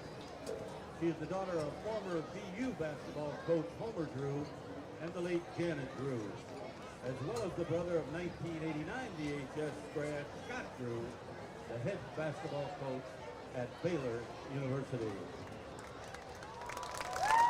The next inductee is Leslie Fitz Jones, joined on the field by his wife Janet and his grandkids Garrett and Jillian. Butch was a 1959 VHS grad who played 4 years of basketball for Hall of Fame coach Virgil Sweet, amassing 993 career points. He was a member of arguably the best VHS basketball class ever, which included Scotty Ward, Dale Gott, Chuck Kristen, and Cecil White. He also played quarterback on the football team, hurdled on the track team, and pitched on the baseball team under Hall of Fame coach Bob Rhoda. He played basketball and baseball at the University of Illinois for 2 years before finishing his career at Valparaiso University, where he played basketball and then baseball under legendary BU coach Emery Bauer. He eventually became the head basketball coach at Chesterton, where his 1968 team won the sectional, snapping his former coach Virgil Sweet's string of 11 straight titles, which started in 1957 when Butch was the 6'4" starting center for the Viking team. He and his wife of 61 years, Janet, live in Porter. They have 3 children and 7 grandchildren. Our next inductee is Scott Martin, represented by his parents and his brother Andy. Scott, a 6'8" 3-year starter on the basketball team. His teams win 66-9. His 1,352 career points ranks him 6th all-time in VHS history. He and teammate Robbie Hummel formed one of the greatest duos in VHS history, leading their teams to 3 straight sectional titles and being named to the Indiana All-Star team. He was twice named MVP of the Duneland Conference. Collegiately, he played 1 year at Purdue and then finished playing at Notre Dame, where he was the MVP in 2012. Following a pro career in Europe, he returned to Notre Dame as an assistant coach under Mike Bray for 3 seasons. He has since joined Coach Ben Liskey's staff as a Viking assistant coach. Scott lives in South Bend and owns his own insurance company. Our final inductee this evening, Larry Pepper. In 1981 VHS grad, Todd set the school record as a punter with a 39.33 yard average as a senior. He then punted for 4 years at Northern Illinois University, playing under legendary coaches Bill Mallory and Lee Corso. He averaged 40.5 yards per punt in college. His team won the MAC championship his junior season, and Todd was named All-MAC and Honorable Mention All-American in 1984. He tried out for the Dallas Cowboys in 1985. Since 1987, he has worked with kickers and punters at DHS. More than 20 of his former kickers have gone on to compete in college at schools which include Notre Dame, Illinois, and Penn State. A lifelong love of punting began at age 9 when he competed in the National Pass, Punt, and Kick Final at Candlestick Park in San Francisco. We'd like to remind all these parents that tomorrow morning, the official induction ceremony will take place in the BH Auditorium at 11:30. The doors open at 11 o'clock. Public is welcome to attend. There is no admission free. Once again, fans, can we have a huge round of applause for our newest 7 DHS Athletic Hall of Fame members.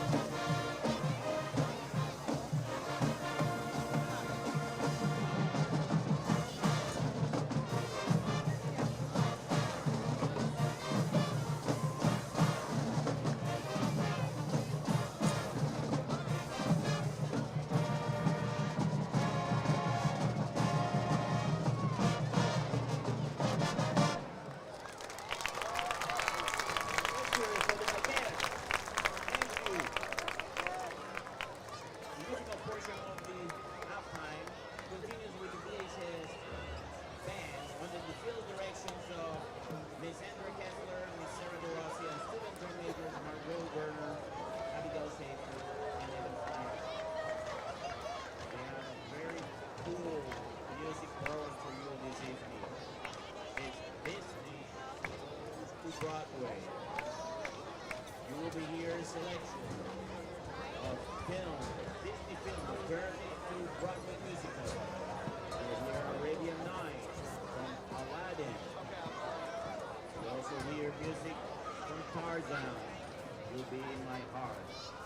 Comes up the Hunchback of Notre Dame, you'll hear Topsy Turvy.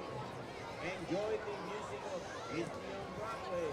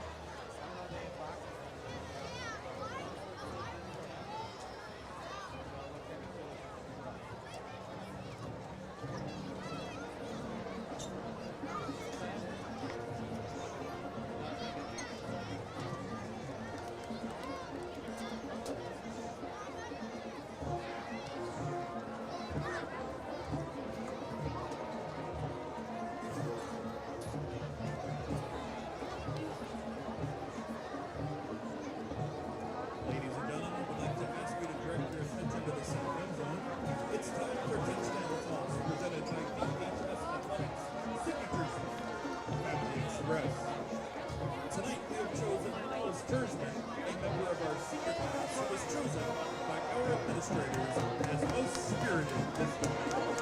Miles, you have the chance to win a $100 Family Express gift card. You'll have 20 seconds to throw the football through the Family Express square donut from 10 yards away. On your mark, get set, go!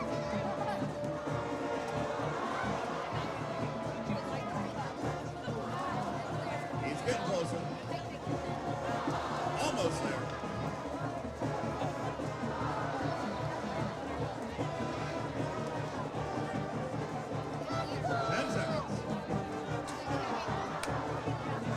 Get it down a little bit. Oh, he's moved in from 5 yards away. Everyone, give it up for Miles. Thank you for playing Touchdown Pulse, sponsored by Family Express. Enjoy the $100 Family Express gift card. We don't forget about all those fans. Everyone is welcome tonight. Simply download and open the Family Express app. Click on the mascot icon. Free dispense beverage, courtesy of Family Express.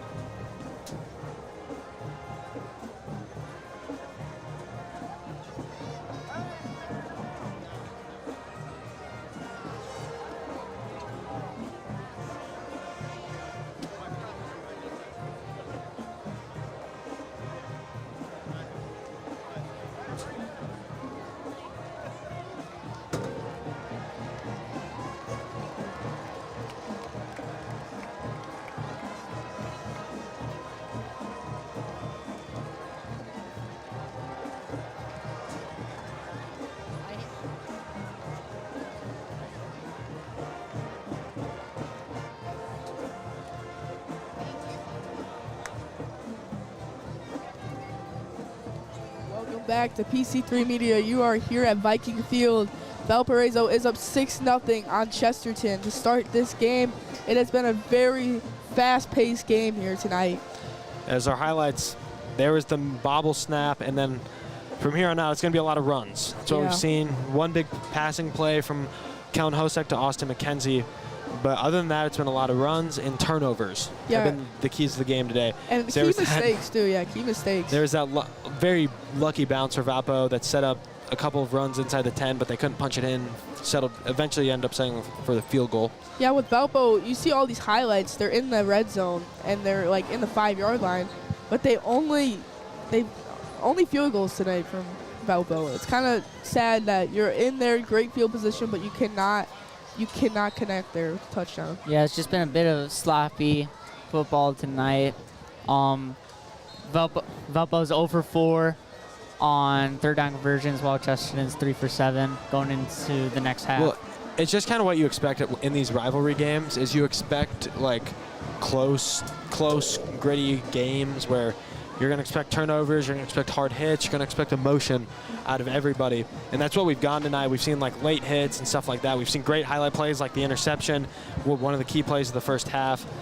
And Valpo, other than that, has just been, Valpo and Chesterton has just been a lot of runs and struggling offenses for the most part. Yeah, we've seen a lot of heart in these players. They're just they're trying to put everything they got on this field for the big game here. Yeah, we've seen the penalties down here at Viking Field today, with Valpo only having 2 and Chesterton only having 2, I believe.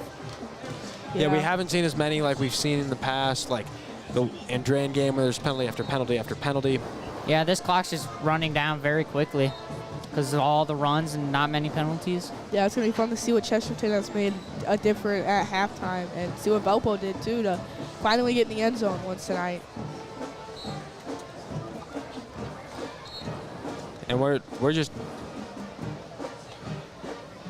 getting ready for the second half kickoff, and we have a special guest, Valparaiso Hall of Fame inductee today.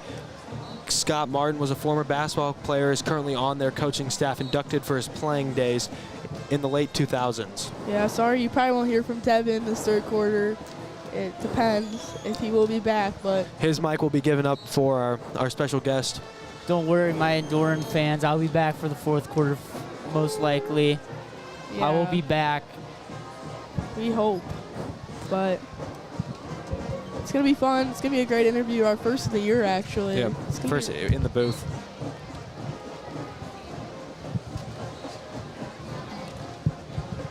Devin is out now, and we're just waiting here. But 2 minutes. Teammates and friends do. Those are the best moments. You're being kids and you're having fun with your friends. You won a regional in your time here in Valpo. Your team's only lost 9 games in your tenure in Valpo.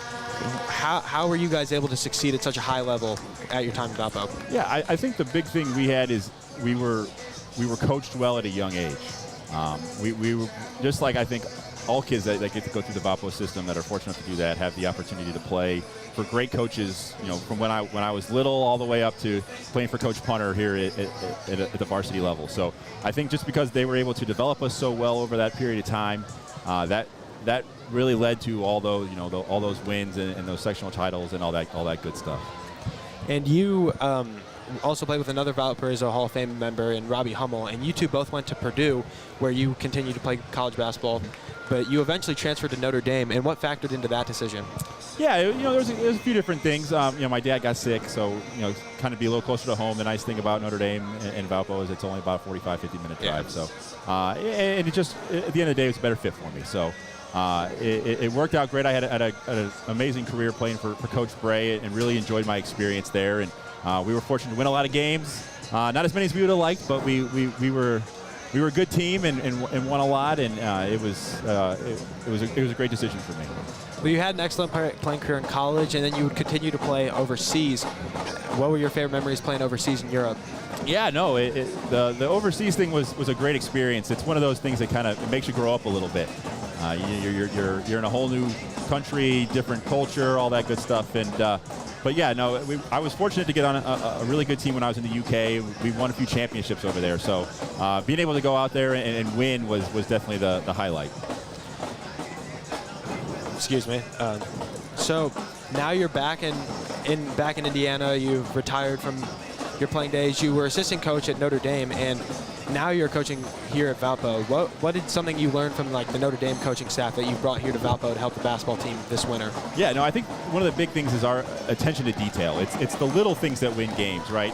You're never going to go out and make a massive adjustment as a coach or change any major play that's going to win a game, right? It's a combination of all those little things over the course of practice, summer, getting better. Those are the type of things that lead to wins.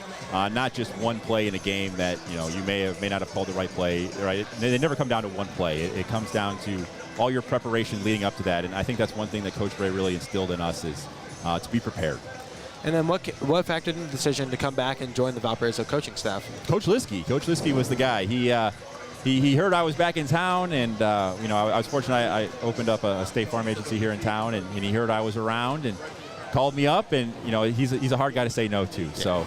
I'm fortunate. It's great getting to learn from him and watch the way he coaches and the way he coaches you guys. And I'm very thankful he wanted me to stick around a little bit. He's a great coach, and you're also a great coach on the Valpo staff. This is an unbelievable moment for you and your family. It's very cool to be inducted into the Valparaiso Hall of Fame. I can't imagine how much it means to you and your family, and we just can't express our congratulations enough. Brody, do you have any questions for our special guests? How was it like playing in like college and overseas? Like, was it like a struggle out there mentally? Yeah, there were definitely days that were a struggle for sure. You know, you have your, just like everything in life, right? You have your ups and your downs, and you just don't let yourself get too down. You don't let yourself too high, and you just kind of power through, put your head down, and get through it. But it was great. It was a great challenge, but it was fun to get to play in places like Madison Square Garden and that sort of thing. So at the end of the day, it was a great experience. Do you have any like special people who helped you get through the ups and downs and the flow of life when you were overseas and even in college and even now? Yeah, well, the big one, my family, my parents. And the ball my parents had always been there for me, and my brother.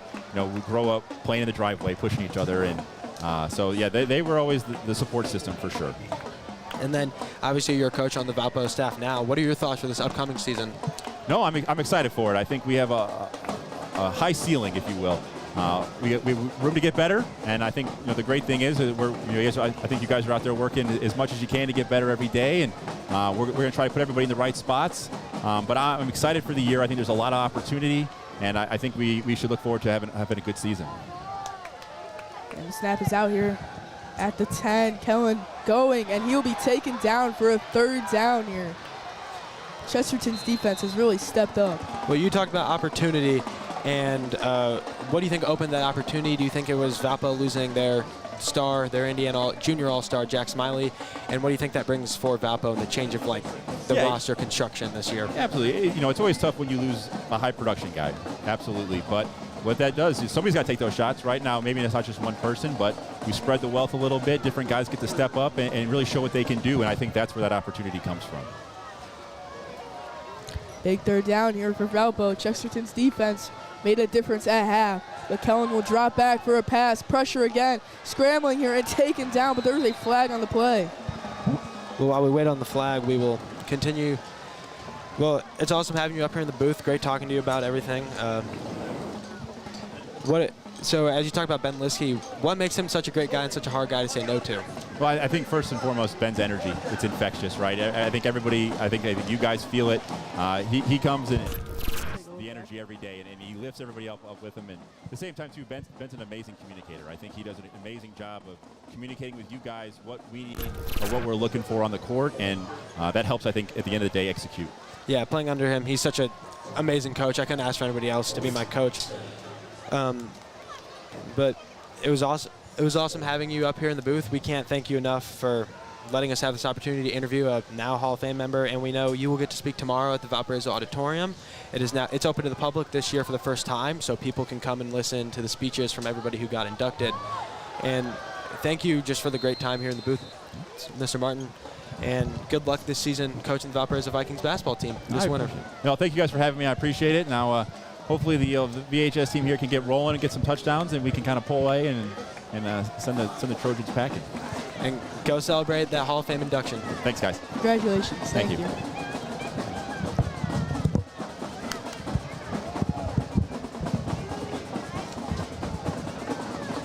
And we are back here, only about 3 minutes off this clock. What a great interview. Really great guy. Great questions, too. Thank you. Can't thank him enough. He's a great coach. Love having him on the staff as a Valpo basketball player. Yeah, but we saw Valpo struggling drive there. Chesterton's defense really stepped up. But it's going to be a run on the outside here, about a 5-yard gain. There's the run game again.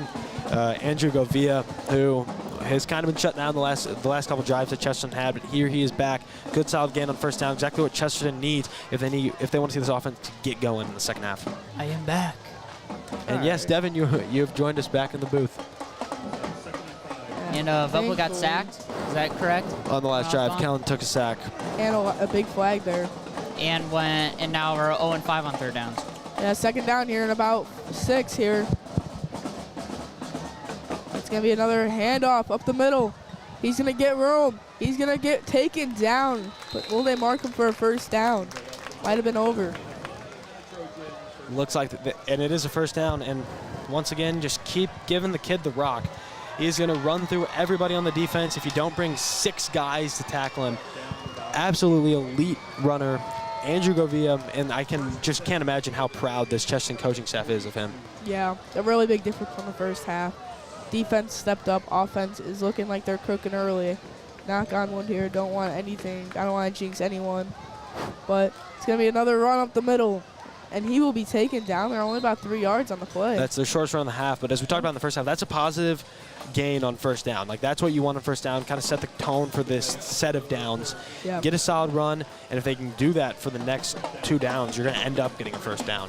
Yeah. Keep dominating the run game. And I talked about it earlier, sorry to cut you off, is that Valpo, to win a football game, you need to dominate the trenches. And right now, to start this half, Chesterton has dominated the trenches on both sides, getting a sack on defense. And right now, the offensive line is absolutely dominating Valpo's defensive line to open holes for the run game. Yeah, it's been fun to watch the run game, but Valpo hasn't really utilized it in the red zone. Chesterton trying to make their way in the red zone here. But it's going to be another run up the middle here, and he will get the first down. Another first down for Chesterton. A big difference from the first half. Interesting to see if Valpo can't win in the trenches this half, it's going to be a very long half for them. And once again, this quarter is kind of flying by, as we talked about. Both teams heavy running the football. Valpo got sacked, so it's not an incomplete pass, so the clock's going to keep running all half long, and we are in for a quick game of football, especially compared to what we have had. Yeah, 7:38 left already in this quarter. 6-0 Valpo still. No touchdowns tonight. The field is kind of getting quiet here. I feel the atmosphere really hasn't been doing much. Just need that big touchdown to really get it up. But it's a run. First down, still pushing. And he might have gotten another one.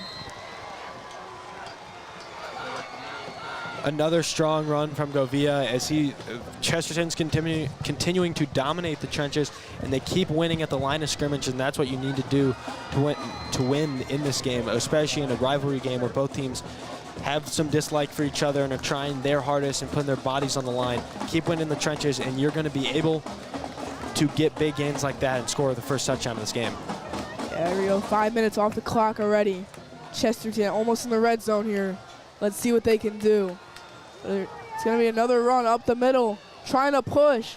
He only gets about 5 yards there, but he's still up. They have not blown the whistle yet, but they will now. Yeah, Govia has been very good tonight. And last game, he had 225 rushing yards for 2 touchdowns. And right now, Chesterton's trying to get a touchdown to take a lead here, or tie it up, then hope to take the lead, and we'll see what they are able to do.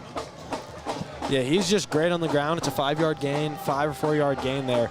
Exactly what Chesterton wants to see on this drive. Keep dominating. And also by keeping the ball on the ground, they're keeping the ball out of Valpo's offensive hand.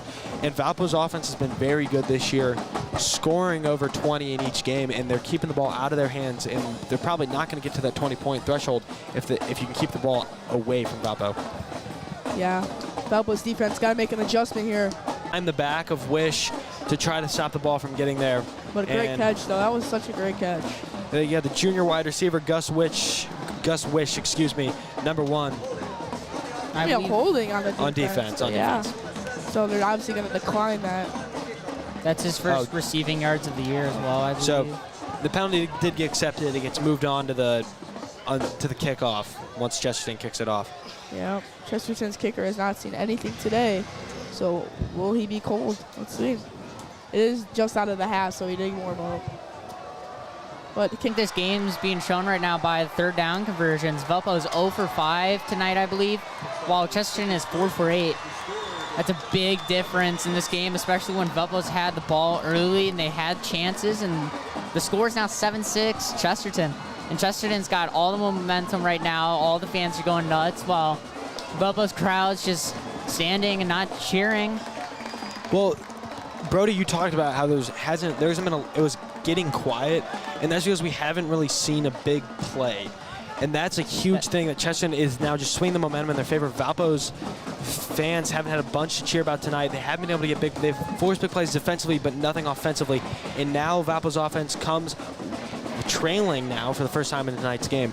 Let's see what they can show while playing from behind. Yeah, you got to make adjustments from last drive. Last drive, it's brutal to watch. If you're anyone, a sack, a flag, it really just pushes you back, and the momentum really stops there if you're Valpo. Yeah, for this drive, I think Valpo needs to start using Austin McKenzie more, my player to watch. Last game, he had 81 receiving yards and 5 receptions. In this game, he had that one good play as well.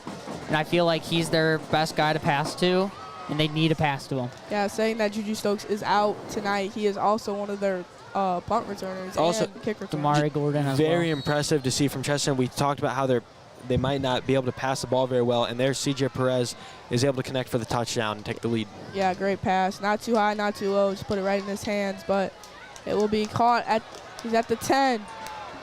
And he'll be taken down quick at the 15. Not that many good blocks there. Great coverage from Chesterton, and that's a momentum play. It's something small but it really hypes up the crowd in the state. It changes a little bit of momentum. They are all over it in the coverage game. Valpo has nothing to cheer about. They don't get a big return. Now Valpo's going to have to start from far back again like they did last drive. And last drive backed up near their own end zone. They didn't have a great drive. Yeah, the Trojans are waving, the fan section are waving the flag with their logo on it. They're all hyped up after being able to stop Valpo on their 15-yard line. Yeah, you got to utilize Thomas Berta here on first down. He's got to get some more attempts, more yards. And it will be a handoff up the middle, but Berta will be taken down for only about 2 yards. Yeah, it's interesting to see they've kind of went away from using Thomas Berta, which is very interesting because it's very unlike Valpo. Now, we talked about how Kellen has given them more opportunity to pass the ball this year, as he's a very good passer himself, but they've almost just not given it to Berta at all, which is very interesting to see.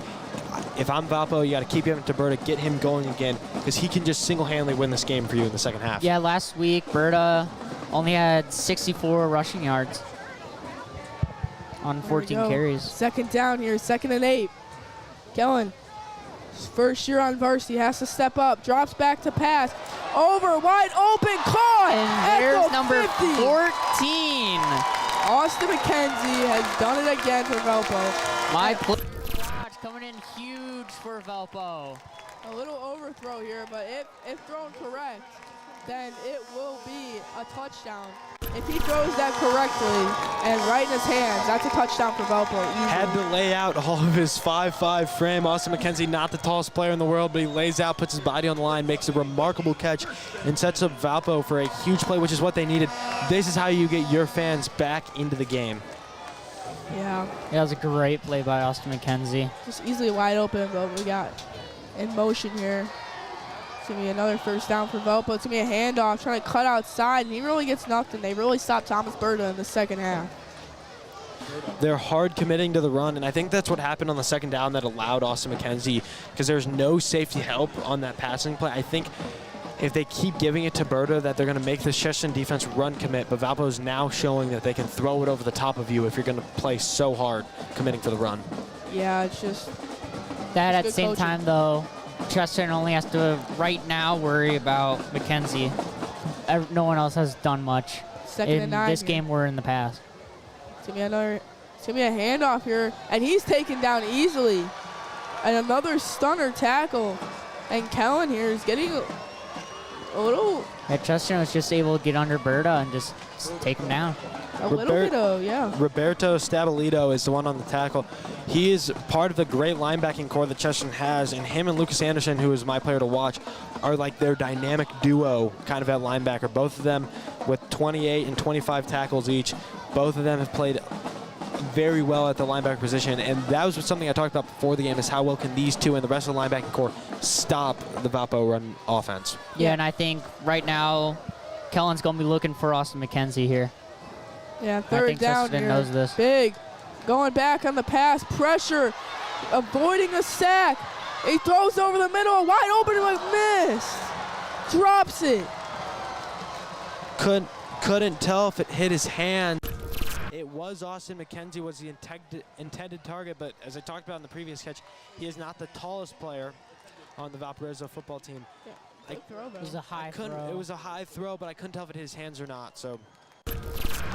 Yeah, fourth down now. Now Valpo 0 for 6 on third down conversions. This has just not been very good, while Chesterton's 4 for 8. I think that's the big difference of tonight. It is. It plays a huge part. Your offense just keeps getting stopped, really.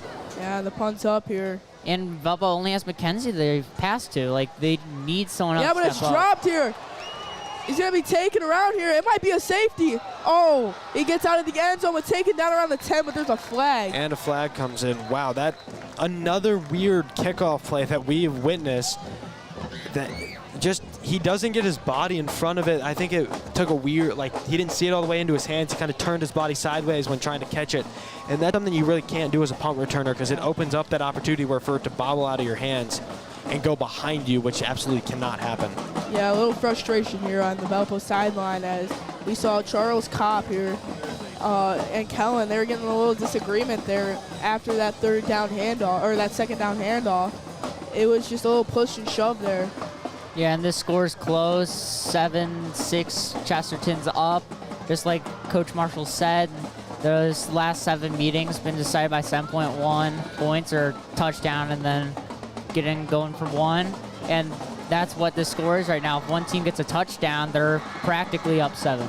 Yeah, we've barely heard from this Valpo student section, but Chesterton, it's just rocking right now. The vibes are up. They're happy over there. They're jumping. It's way more excited over there than on this side. Yeah, we got percussionists for Valpo playing. Ball entered the end zone, which should have killed the play. It'll be 1st and 20 for Chesterton.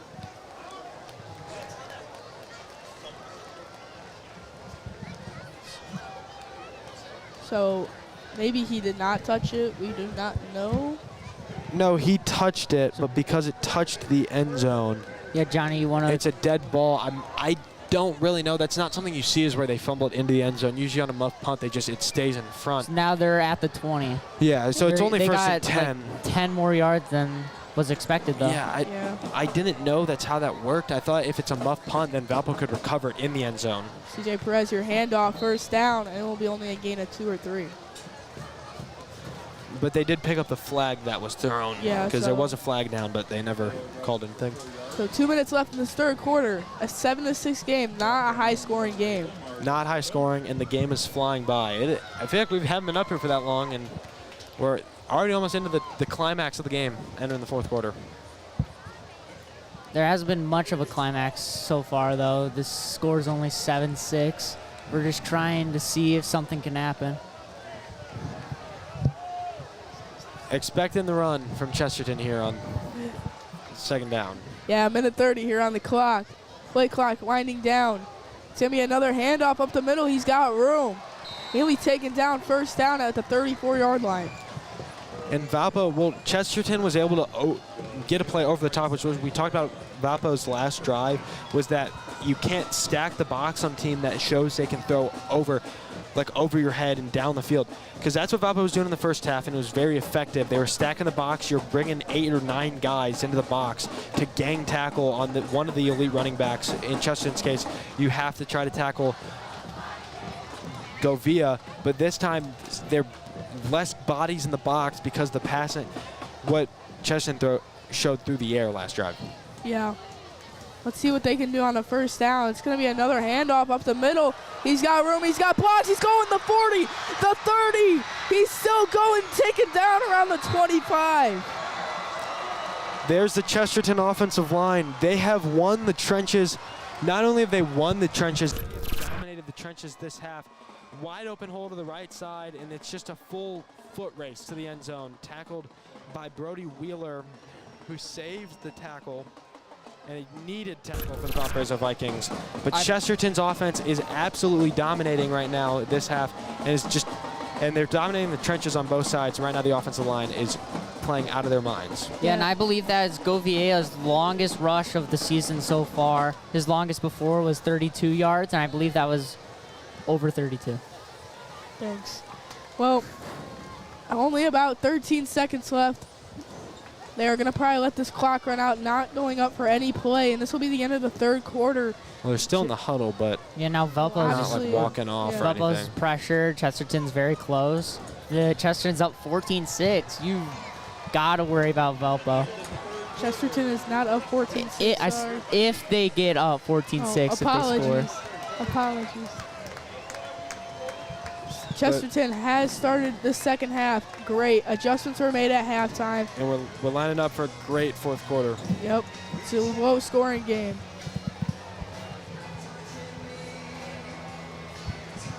Buying a new house can be an incredibly stressful experience, filled with uncertainty and countless decisions. Fortunately, with Geisha Realty, that stress disappears. The Geisha Group is one of the leading realtors in Porter County, renowned for their commitment to helping clients navigate the home buying process smoothly and efficiently.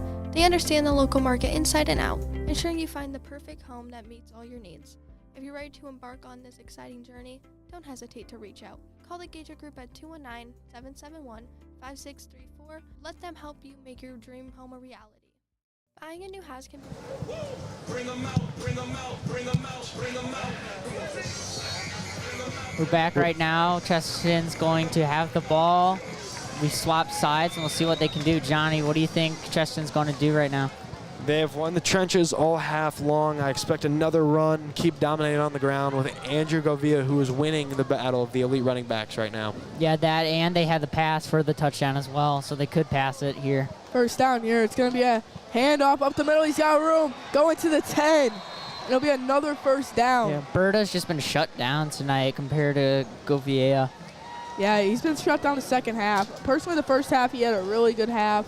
Didn't get in the end zone, didn't have the chance. He just didn't get the play calls. Well, they've just really stopped giving the ball to Berta, which is interesting for the Valpo offense. But right now, Chesterton is one offensively, and they're ground and pound. Keep giving it to your star running back. Keep letting him do what he's going to do, and he's just dominating right now. Yeah, CJ Perez is really taking over this game, and Andrew Govella. He's out of it. Looks like he's winded right now. Hands on knees and everything. He does not look like he's fit. And he just got stopped. Do we think he might be really tired? I mean, they've given the ball to him like every play of the game. Eventually, you're going to need to get a sub, but before that play, it hadn't really looked like he was gassed. But also, there wasn't really a hold. Valpo's defense just swallowed that one up. Yeah, but he's really not limping, but really slow, getting up and everything. Yeah, Govia had that 40-yard rush play though, so that tired him out a bit. And now we'll see if CJ will pass the ball for a touchdown like they did on the opposite side of the field for the third quarter. Yeah, still looks really winded right now. He just looks like he's out of it. He needs a break here. 10:44 left in this game. 7-6 game. And it's going to be another handoff. He's got room and still gassed. He gets a touchdown. Chesterton up 13-6 on Valpo. So impressive. He's just taken over the game in the second half. How about this kid, Andrew Govia, just absolutely dominant on the ground. Yeah, the fans over there on the Chesterton side have just been wild. Almost sounds like a home game up here for the Trojans with how loud their fans are making it. Set up for the field goal. Valpo has nothing offensively going for them or defensively this half. Injuries have really shocked them in the second half. No one has really stepped up. It's just the second half. Whatever they talked to in the locker room did not work. But the field goal is up, or the extra point is up, and it's good. 14-6, Chesterton. Yeah, this score, you could say, should be 9-14 because Valpo did miss that one field goal.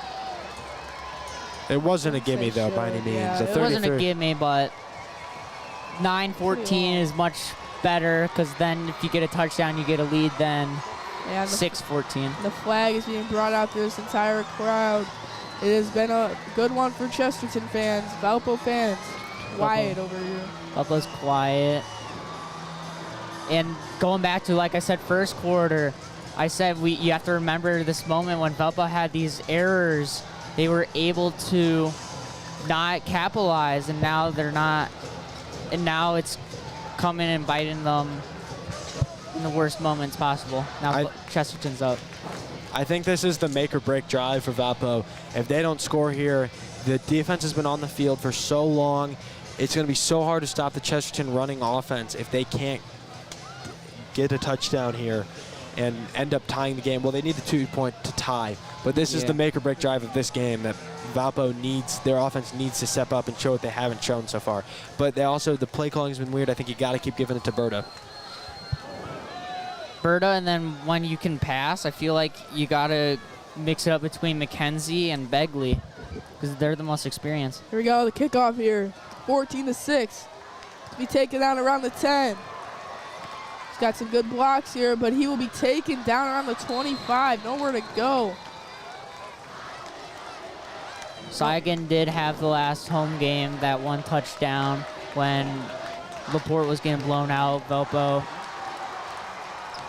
passed it to him for a touchdown. The student section is still rocking over there. It sounds like a Chesterton home game, as you said earlier. It has just been crazy over there. Nothing for Valpo so far.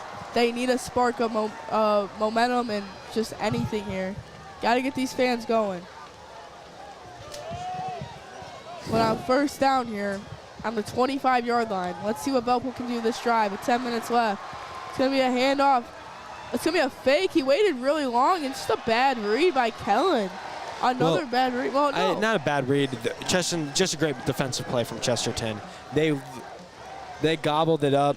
They had Berta, they had Kellen. Because the reads for the quarterback to go through the offensive line didn't open a hole for Kellen. And the edge's job for the defense is to keep the running back from bouncing outside. He cut off Berta's angle to the outside, so there was no angle for Berta to go. All right, 2nd and 8 here. Valpo looking to push something down the field. Let's see what they can do. It's going to drop back. Kellen, the pass. Going over the middle. Oh, drop shoulder there, a little big hit. Intended target was the senior Jordan Saigon. I think the ball is just a little too far to the inside by Kellen. A deep shot. I like it on 2nd and long, but now you kind of pigeonhole yourself to a pass here on 3rd and 8, and Valpo has struggled to pass the ball. And then this was the make or break drive, I believe. That's just how I feel about Valpo's situation right now, is they have to get a first down here if you want to be able to end up winning this game. Yeah, it would make sense if you're 2nd and 1, 2nd and inches to go deep down the field, and you got Thomas Berta, so. You know, Valpo right now is 0 for 6 in 3rd down completions. Kenzie in motion here. Little screen pass for Berta, nothing. 9:34 left in this game. Valpo has been stopped all half. Interesting play call. I get what they're going for. They're not expecting a screen pass on 3rd down, but this is an experienced and a very talented linebacking core for Chesterton, and they read it perfectly. And now Valpo punts the ball back to a Chesterton offense that can just burn clock with their ability to run the football. Yeah, there's no stopping them right now. Unless like a fumble in the first quarter we saw, Chesterton's offense has just been cooking. And the punt, it's up. It's a decently good punt. Taken around the 30. Takes a friendly he tried taking a fair catch here, but a ball on the 12, and there's no fans. Here's the cheers. Here's the cheers. Yeah, no student section. But yeah, it's just it's very oddly quiet. I mean, that's something that a great punt from Faudner. And now it's all on the Valpo defense. This is the make or break drive for the Valparaiso defense. They have to get a stop here. They have to get a stop here. They have to shut down Govia, which they haven't been able to do this half. It all relies on the Valpo front 8 with the way they played their defense. It's all on their shoulders right now. Yeah, got to step up big here. Cannot let any score here. If Chesterton, I'd assume they're going to keep running it. Yeah, there's no chance. There's no way you would pass that here. Yeah, Chesterton just want to stall out the clock, and running it will do I don't think they want to stall the clock. I think they really want to smooth the clock. Let's get our handoff, and they're expected to run, and he only gets about 2-3 yards there. There's a gang tackle. You get 8 guys on him. That's what it's going to take. That's what it's going to take. You got to get all of your linebackers, all of your defensive linemen, bring down the safety to tackle Govia. He is that good of a runner, and that's how much you need to stop him.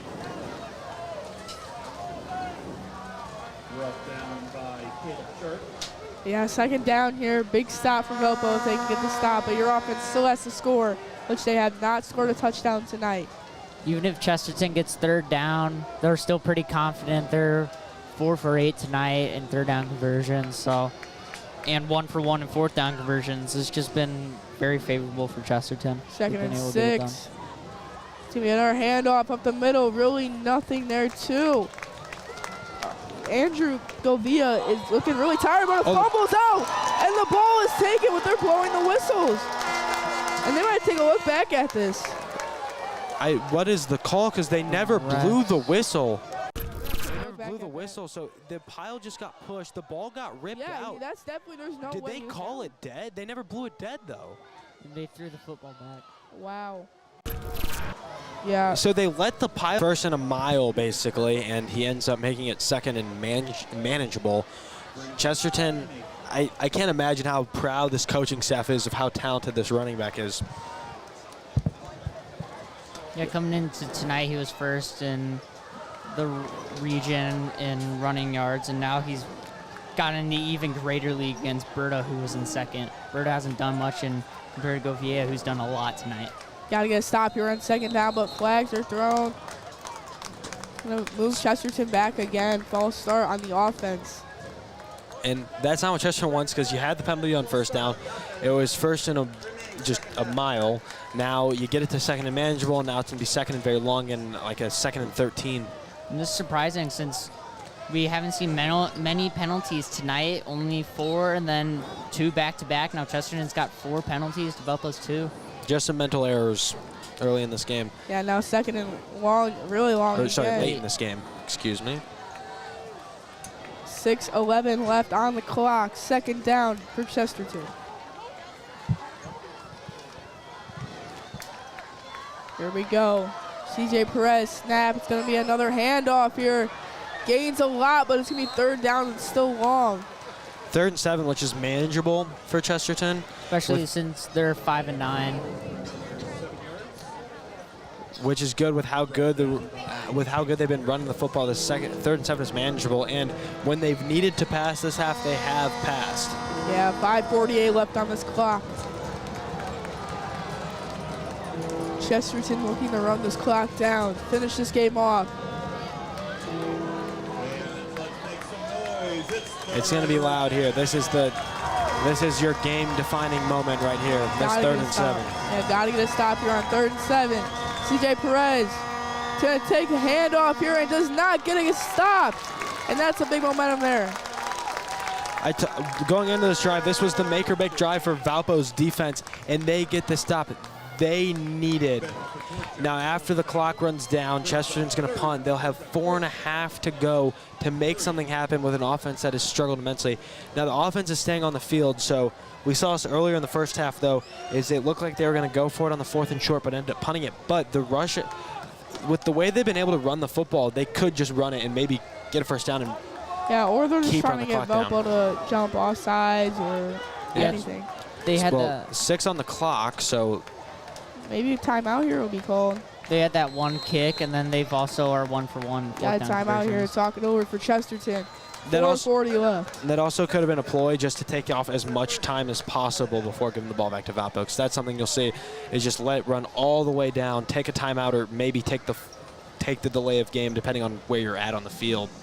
Yeah, with 4:40 left for Valpo, you got to score, got to get downfield quick. Can't make any mistakes here. But Here's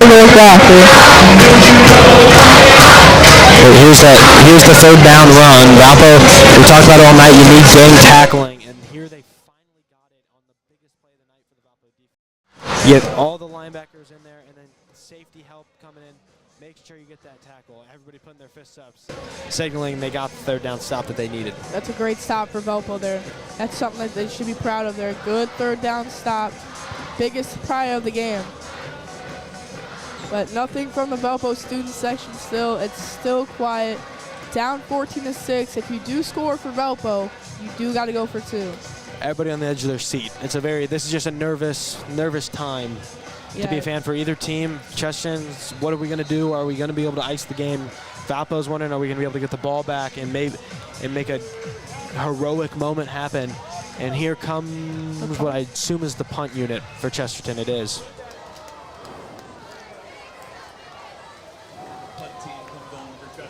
So they did this because now Valpo doesn't have their punt returners out, so it's going to be safety Tice Morris who has to get back and return. Did not call a timeout, though. It's going to be punted. Not far, though. You know what? It's going to bounce back. It's going to bounce up to the 40, and they're going to keep letting it roll. Trying to push it with air. So you got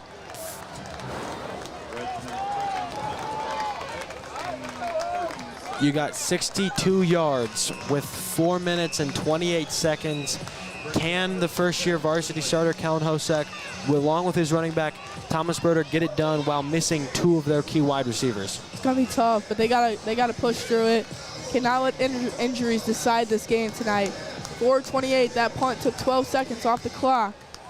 Let's see what Valpo can do. You're gonna keep motion here. Gonna keep going. A little wraparound. It's gonna be a handoff. Good blocks to the 50, the 40. Good, more still blocks all the way up to the 30. And And a big late hit, not called. Oh, no, they threw a flag. Oh, this is your momentum changer. Back up, Gage Finley gets put in motion, wraps around Kellen, has just a huge run, and once again, Valpo wins on the trenches in this play, getting them all the way down to the 30, and a late hit. The flag was thrown. The refs are currently talking about it. Yeah, it looked a little bit like Gage Finley did grab his Because he stepped out, and then another guy came in and hit him late. But they might have picked it up because, like, he was close to inbounds, but looks like a call will be made. It is a late hit. So that's something that you can't do if you're Chesterton. That is something that in the film room the rest of the week, for the rest of this game, their head coach is not going to be happy about, but just a mistake that you can't really let happen. And I imagine that's just the worst possible thing that can happen for them. And I imagine Coach Mark Peterson is not very happy with what just happened. That is Gage Finley's longest rush of the season. He had his longest was 6 coming into tonight. Just a mental error that you can't do, and that's something about maybe because it's a rivalry game, you're trying to set a physical tone here, lay out that big hit. But he's out of bounds. You just got to let him be. They already had such a big gain that you can't let him get 10 more yards. Yeah, that could be a game breaker for Chesterton. But it's good to see that players are stepping up for the injured here.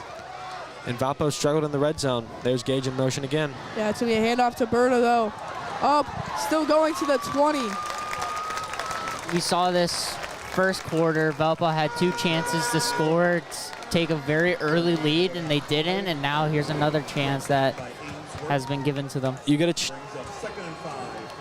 a chance to make up for it. And mind you, even if Valpo scores a touchdown, they have to go for 2. So it's not like, oh, you just have to take a PAT to tie, They have to get the 2-point conversion, which is also very interesting because it's not a gimme by any means. Yeah, but you do have Thomas Berta, so it makes it sound like you do have a gimme there. But they've struggled in the red zone today, and they didn't even give it to him on the goal line earlier. Yeah, so that's an adjustment you got to make. But Austin McKenzie in motion here. It's going to be a run up the middle, taken down around, and that's looks like a possibly touchdown-saving tackle, but it's also key because Berta didn't get the first down, and there was my player to watch. Lucas Amson finally steps up and shows why he was my player to watch. He had 7 tackles last week, and there's a huge tackle to force a 3rd and short and not allow the first down for Valpo. But Valpo started using a lot of motion, which we haven't seen like a bunch of, and you don't see a lot in high school. It's something that's been brought into the NFL and college heavy. Try to get your guys in motion. And here they've done it with McKenzie a lot, and Finley have been in motion a lot this game.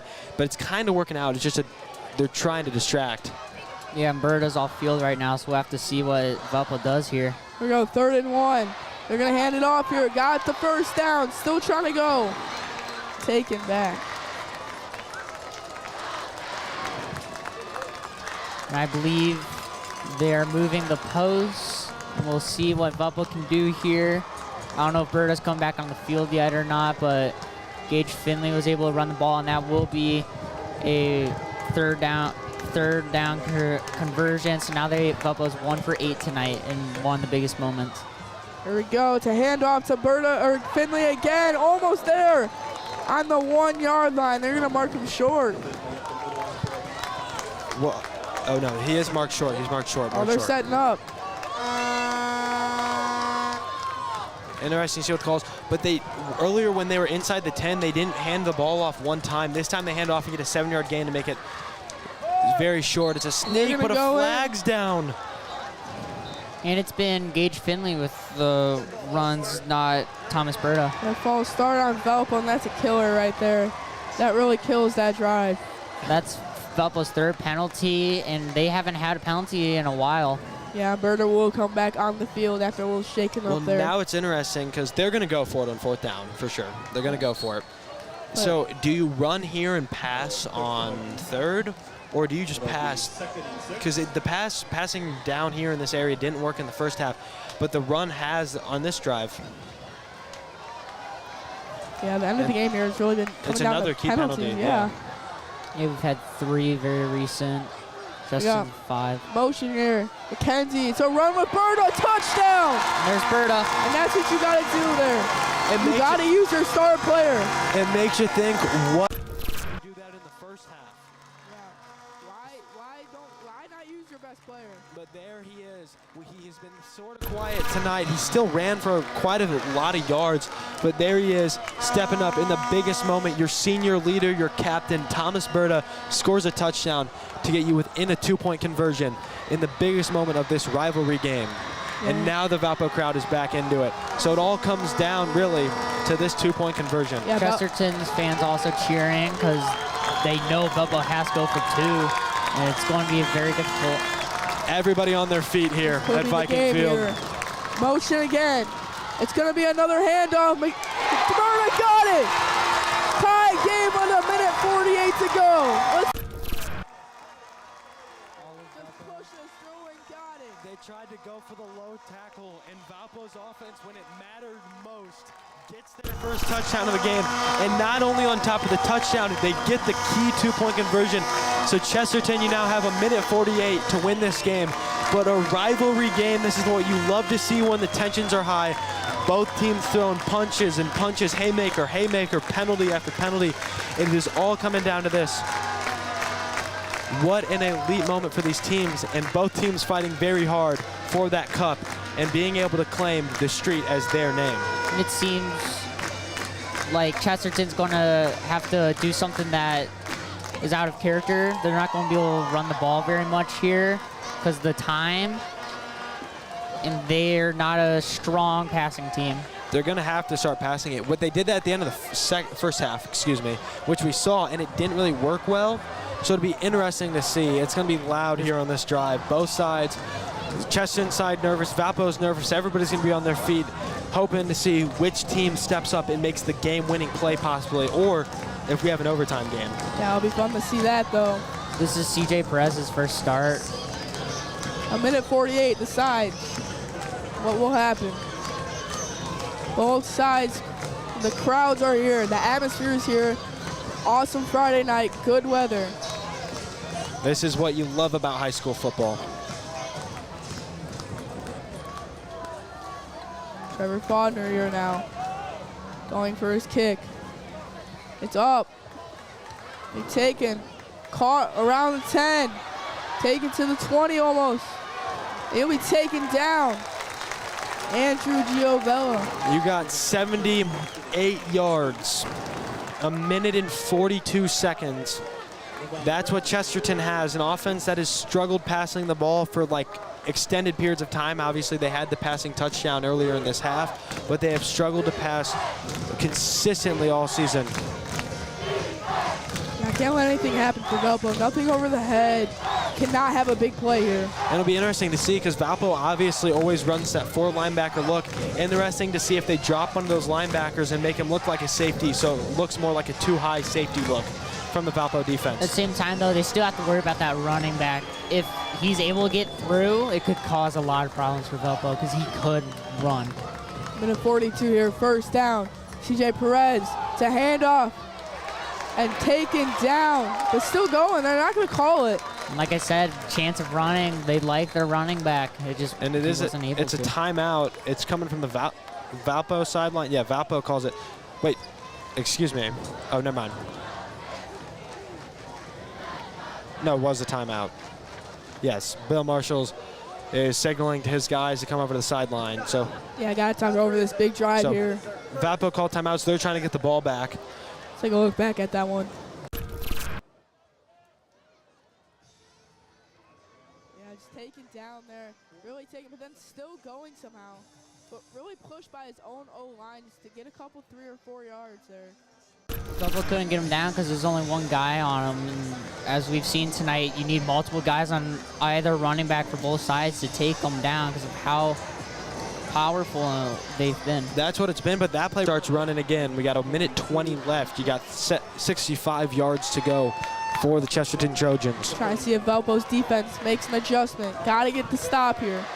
Chesterton's not changing their game plan as right now. They are still running the ball. First down, another handoff up the middle. Taken down at like 3 yards on the game. There's the gang tackling that you were talking about just a minute ago, Devin. You got to get a lot of guys to tackle them. That's what they do. It's also interesting to see that Chesterton, maybe they're playing for overtime, but they're not looking to pass the ball, which is interesting to see when Valpo's missing their star safety, Jacob Moore, who has 4 interceptions. They're using a new guy at corner because Tice moved over to safety, and they haven't tried to attack that on this drive, as there's now only 35 seconds left, so maybe they're playing for overtime. Yeah, it's just Chesterton doesn't have many guys to be able to pass to. Another run here. Taken. But taken down, though, short of the first down. Passed much this season with their main quarterback, let alone a backup quarterback.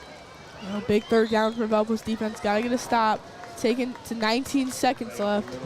If you do get a stop in your Valpo's defense, I'm obviously calling a timeout here. But let's see what can happen. No signal yet from the refs. A timeout has been called. So we'll see. Chesterton timeout. 19 to go. Johnny, you think it's at the time of the clock where Chesterton's kind of have to pass here?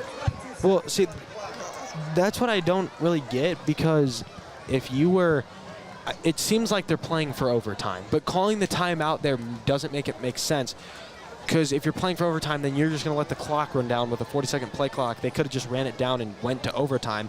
But now you call timeout with 22 seconds left is what the refs adjust it to. Yeah, especially with that run. You never know it's going to break, though. But that is fair. But I still think it's interesting that they have an attempt to throw the ball when you only have a minute and a half left, and now you have 22 seconds left, and it's the odds of a 60-yard rushing touchdown happening. You don't really need a touchdown. You need a field goal, and you only need to get to around the 20, 25. But that's still 40 yards away. Yeah. So it's going to be tough. Assuming a pass here, especially after the timeout for the Trojans. Yeah, I talked about in the huddle, but third down, 3rd and 2. It's going to be another handoff. He will not get the first down. No, he did. He got past. Whistle was blown again, so... Now Chesterton is 6 for 11 on third. No, they're hustling to the line, so it was... 16.7 left. No timeout was used. Time running down. 12 seconds left in a spike. So, I mean, we haven't really seen, you don't see a lot of long field goals in high school football. So they have 13 seconds left to get into field goal range, which I assume is around the 30. It's like high school kickers, it's usually around the, you're never going to see like the 50-yard field goal. It's usually around the 45. So they still got about 20 yards to go before you're at like the maximum field goal range. Yeah, he's got to pray and throw it downfield, anything here to get them this win. But you see Valpo, they're playing back, they're playing deep. Cannot look at nothing go over. But a flag is thrown. But Chesterton was looking for the pass there. We saw CJ drop back. I assume with them blowing it dead, it's a false start, which is killer for Chesterton. And it was a key on the last drive. Penalties have been killer at the end of this game. Mental mistakes from both sides that you kind of can't let happen. Yeah, it just really kills the momentum there. Nothing that they can't really do anything now. Because now they're farther from field goal range. That's just something you can't do.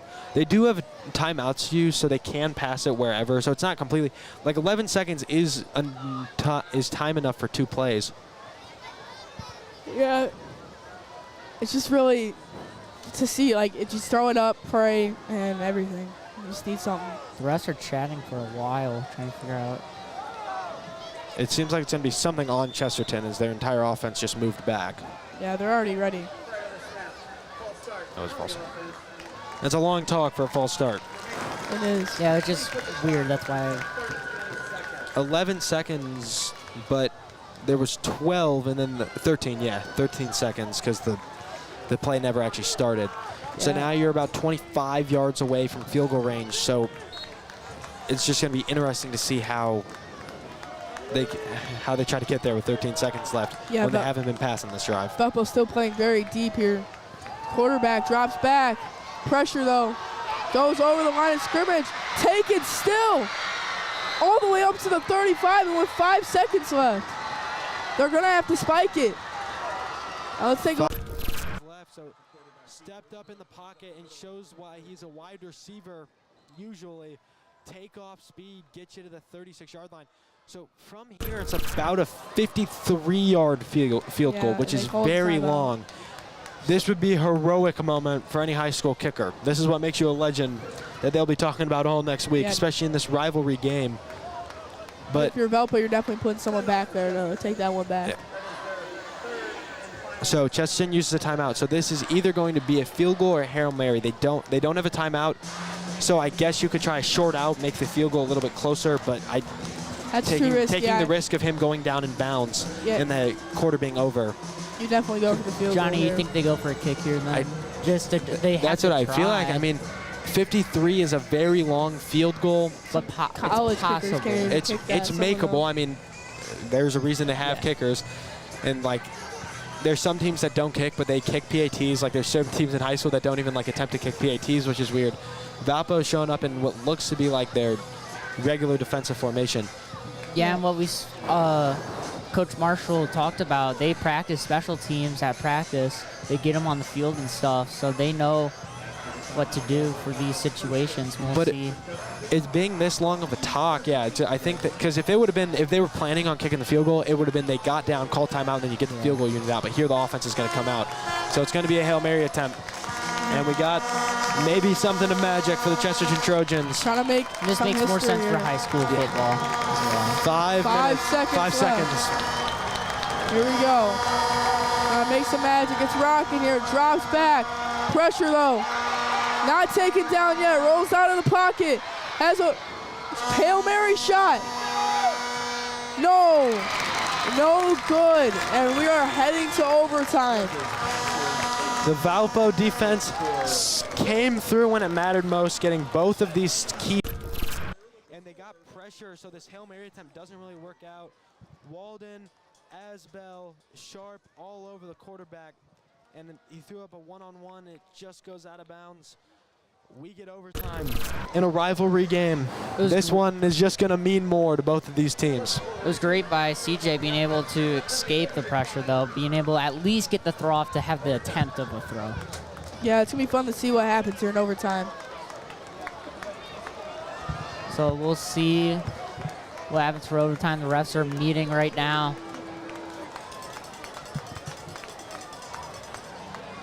Coach Marshall's talking to the people, talking to his players while Chesterton's coach doing the same.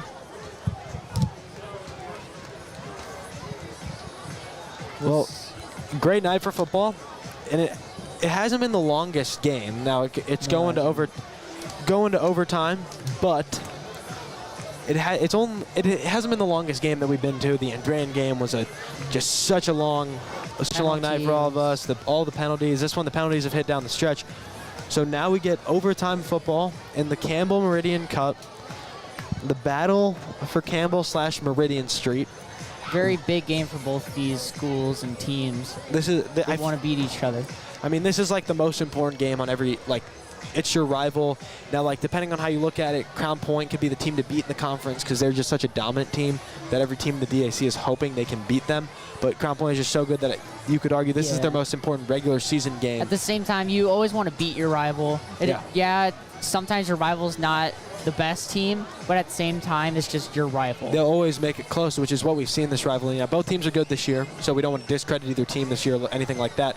Both these teams are good, but we've seen in years past where maybe Chesterton wasn't great, maybe Valpo wasn't great, but it's always going to be close, and that's why these games mean more. Both teams, they don't really like each other. To put it frankly, not a lot of love on each side. Now, the cup won't be at half field for this coin flip. It stays on the Valpo sideline until a team wins. I'm looking at it right now. It's on the south side, the far down on your screen out of the picture for you guys. But that's what the teams are playing for. An overtime coin flip. Yeah, Valpo's still hoping to keep possession of that cup as they have it on their side right now. And Chesterton is trying to break the streak. Valpo's had it for 9 years. Chesterton wants to get it back and start keeping it. We'll have one timeout per series. Chesterton, you will call the flip. You have the choice if you win. Defense, offense, or goal to defend.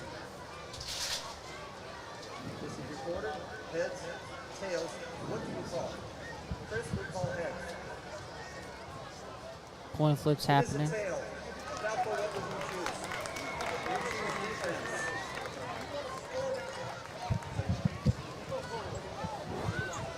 Each team will get a possession, so it's not like the NFL where if you score, the other team doesn't get a position. So, but a lot does lie on this coin flip. Yeah, it will be fun to see who really shows up and who really steps up, and to see what players actually will come out on top here. And each team will get one timeout as well. Per possession. So if they extend into another overtime, then you get another timeout.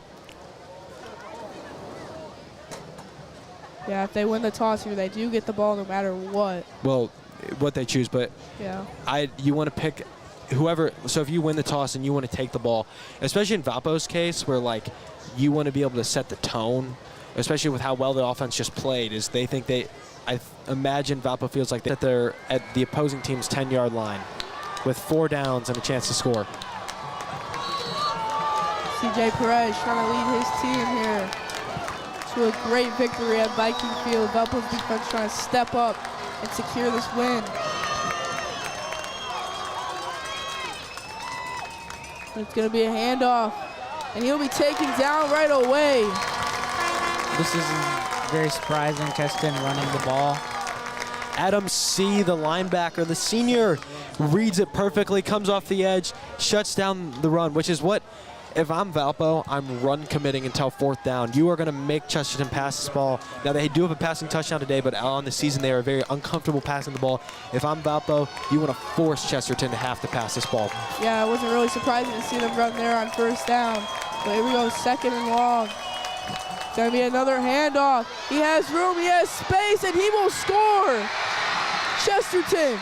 And that's the elite running back that we've seen all night by my player to watch for Chesterton as well. Breaks through there.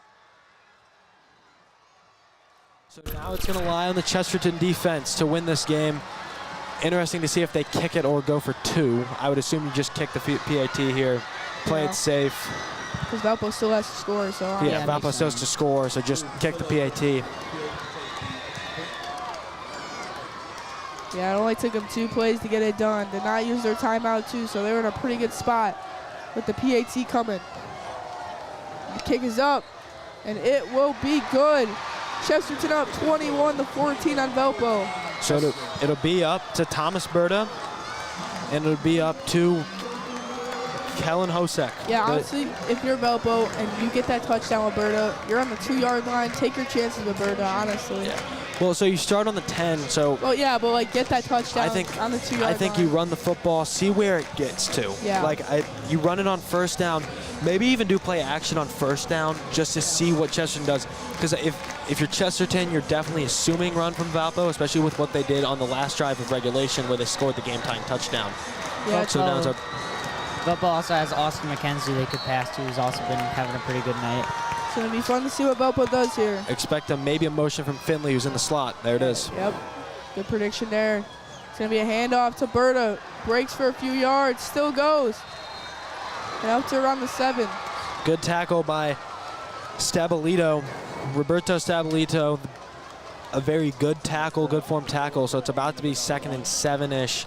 They marked him, giving him only a 1-yard gain. So 2nd and 9 for the Valpo Vikings. Yet 3 more plays to punch it in the end zone. We saw Chesterton on a little shaky first play, but then they had that touchdown. Let's see if Valpo can adjust and react here. That's what I expected, though. I did expect the run. I just thought it would be interesting to see if Valpo tries to do a play action. Well, that was the play that worked, is they put Gage in motion and then gave it to Berta, and it got him 2 huge runs in the previous drive. And then they gave it to Gage Finley after he wrapped around, but another in motion here. Kellen's going to take it himself, but he'll be taken down. This is Kellen's first overtime as a varsity player.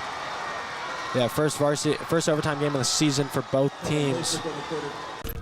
Read from the linebackers on the QB keeper, but this one was the D lineman, Adam Kurek, wraps up, and it's 3rd and 8. Yeah, big 3rd down here. 2 plays left for Valpo in the Campbell Meridian Cup. Valpo's 1 for 8 tonight on 3rd down conversions, and they have not had a 4th down conversion. So they haven't gone for one, though. Yeah, they haven't gone for one. But they are going to if they don't get it here on Thursday. So in motion now. But the 1 for 8 is not. Kellen drops back on 3rd down. Pressure. Touchdown! That's what I was talking about with Austin McKenzie being able to be passed to. Take a look.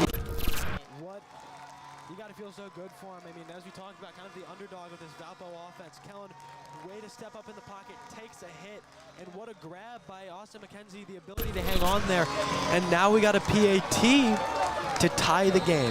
No, they're going. They have their offense is out there, but they're getting off now. Valpo, so this is interesting to see because I don't know if either of you remember, but 2 years ago when Valpo was on their state run, they had an overtime game versus Fort Wayne Snyder, similar as 21-20. They went for 2 and ended up winning the game on the 2-point conversion. Marshall has a history of being aggressive in situations like these, so it would not surprise me at all if they keep the offense on the field and go for the win. Yeah, and in a rivalry game, that could be the smart decision. But at the same time, you fail that and lose, that would be very crushing. Yeah, but it's also taking the safe route against your rival. And then you end up you could also end up just going back and forth in overtime. They're going to end it here. Yeah, they're going to look for it. Interesting to see where they go with the football. Yeah. It's all right here on the 2-point conversion. It is hype here at Viking Field. All fans are cheering. Everybody in this entire stadium is on their feet. 2-point conversion for the game here. Biggest play of the game for both teams. It's gonna be a fake. It's gonna be wide open. They threw it to 2-point conversion on the Philly special almost. And a touchdown. What a play call. 14 passes it to number 8. It's a Philly special. That is Austin McKenzie to Kellen. That's Austin McKenzie to Kellen Hosek for Valpo win 22-21. They called a Philly special. What a play call. The reverse. They were all over it, but Kellen is wide open and McKenzie can throw it. It wasn't the best throw, but Kellen, the quarterback, makes the catch. Maybe he should be wide receiver like CJ Perez. What a play to win the cup. That Kellen's very athletic, plays multiple sports as well, baseball, football, so he was able to bring in the ball. Yeah. It was a crazy play by Valpo there. Aggressive play call wins it, and Valpo will shake hands, but they get to keep their cup. Yep, Valpo moves to 4-1 now. The cup's Chesterton being 3-2. taken out towards the field. And Valpo stays undefeated in the DAC, and Chesterton falls to a losing record in the DAC. Yeah, such a great way to end this game. The Philly special worked out in the end. That's never something that I would have expected to see all year in a high school game, especially in this type of situation. The game is on the line, and they go Philly special, and it works out. They talk it over and everything in the huddle, the timeout, it works. And Valpo will win the cup. What's players of the game? Right now, Austin McKenzie. I feel like Austin McKenzie for Valpo. When Valpo was struggling on offense, it was going to be Brendan Gagan, but you're right. Austin McKenzie. Passing 2-point conversion, the touchdown at the end, unreal. And then for Chesterton, I mean, come on. Andrew Govia. What a game for that young man. He played awesome, poured his heart out in this rivalry game. You have to feel awful for him. He carried this Chesterton offense and the team, really. Well, the defense played great. Yes. You only allow 14 points in regulation. And Govia, you could say, outran Berta today, but Valpo and it's hard to outperform Berta. Yeah, it is. Right. And all season he has, and now we're going to see what's happening. Yeah, Valpo's all surrounding the cup. They're getting ready to take a picture with it when they get out of the handshake lines. Yeah, Valpo has a really tough schedule coming up, and it's going to be tough to win every single one of those games, and it's going to be tough to see how they prepare for that. Same with Chesterton. We talked about it in the pregame show, you and Devin and I, is that this starts 5 very difficult games for them, and losing the first one, now you're starting a little bit of a skid. You've lost 2 of your last 3. So how can you make up for that going into the next 4 games that you have on the schedule with a tough game? But we have our game recapping highlights, and these are brought to you by Geisha Realty. And here are tonight's game. These are from the second half. Yeah, just some early on struggles for Valpo in the second half. It was really tough to see them play like that. That first drive was just set the tone. They had to punt it early. It looked like it was going downhill. in the booth, I can't imagine how demoralized the Chesterton fans were. Just to me, it looked like Valpo was playing with like the lack of energy like they did against Andrean in the first half, and I was like, oh wow, it just looks like Chesterton might run away with this game after they took the lead. And here's the winning in the trenches that we talked about. Valpo, well, you could say Chesterton won in the trenches on that last drive, but then Valpo opened the playbook up with the pass. Here was the Chesterton pass, which we did not expect to see tonight, but a very impressive catch from Gus Wish, who's his first touchdown of the year. Got to feel great for him. CJ Perez, the wide receiver playing quarterback, makes a huge play. Yeah, it was really good to see that Valpo really bounce back there, especially at the end of the fourth quarter and overtime. They were just struggling everywhere. There's your hero, Austin McKenzie. Player of the game for Valpo. And then Andrew Govia just had a great game all around, everything. Can't imagine how upset he is right now, but there's some part of him that's probably happy about how well he played in this game. He's only a junior, so he gets another year of this, which is it'll be interesting though, because Berta's senior, so next year when these two teams face off, it'll be a different running back. But there's always the chance that they meet in sectionals. Last year they met in sectionals, so. But that will be a good game if that does happen, as this one was very close. It would be fun to watch a rematch of these two teams play. Hopefully it's at Viking Field. There was the Berta game tying touchdown. There's Kellen tying the touchdown in overtime. And here's the hero the Philly play, special right here. McKenzie to Hosek. What a play call to win the game. And I wonder when Coach Marshall's talking about they practice these special team plays, if that's something they've ever practiced before. That's something you work on. You don't pull out the Philly special if you've never practiced it before. And there's Coach Marshall's preparation compared to other teams. They practiced this, obviously, while it seems like Chesterton was not expecting this at all. You never expected you just think that they're going to hand it off to Thomas Berta right there. 2-yard line, just right there. And they were even ready for the reverse, too. McKenzie would have been swallowed up. Number 33, Benny Rivera, was all over the reverse, but then he's still allowed to pass it because it was two backwards passes. Hosek is wide open. Very, very cool to see that a quarterback catches the game-winning two-point conversion. Yeah, we would like to thank all of you for watching here at PC3 Media, and we'll be glad to see you next week. Valpo against Crown Point.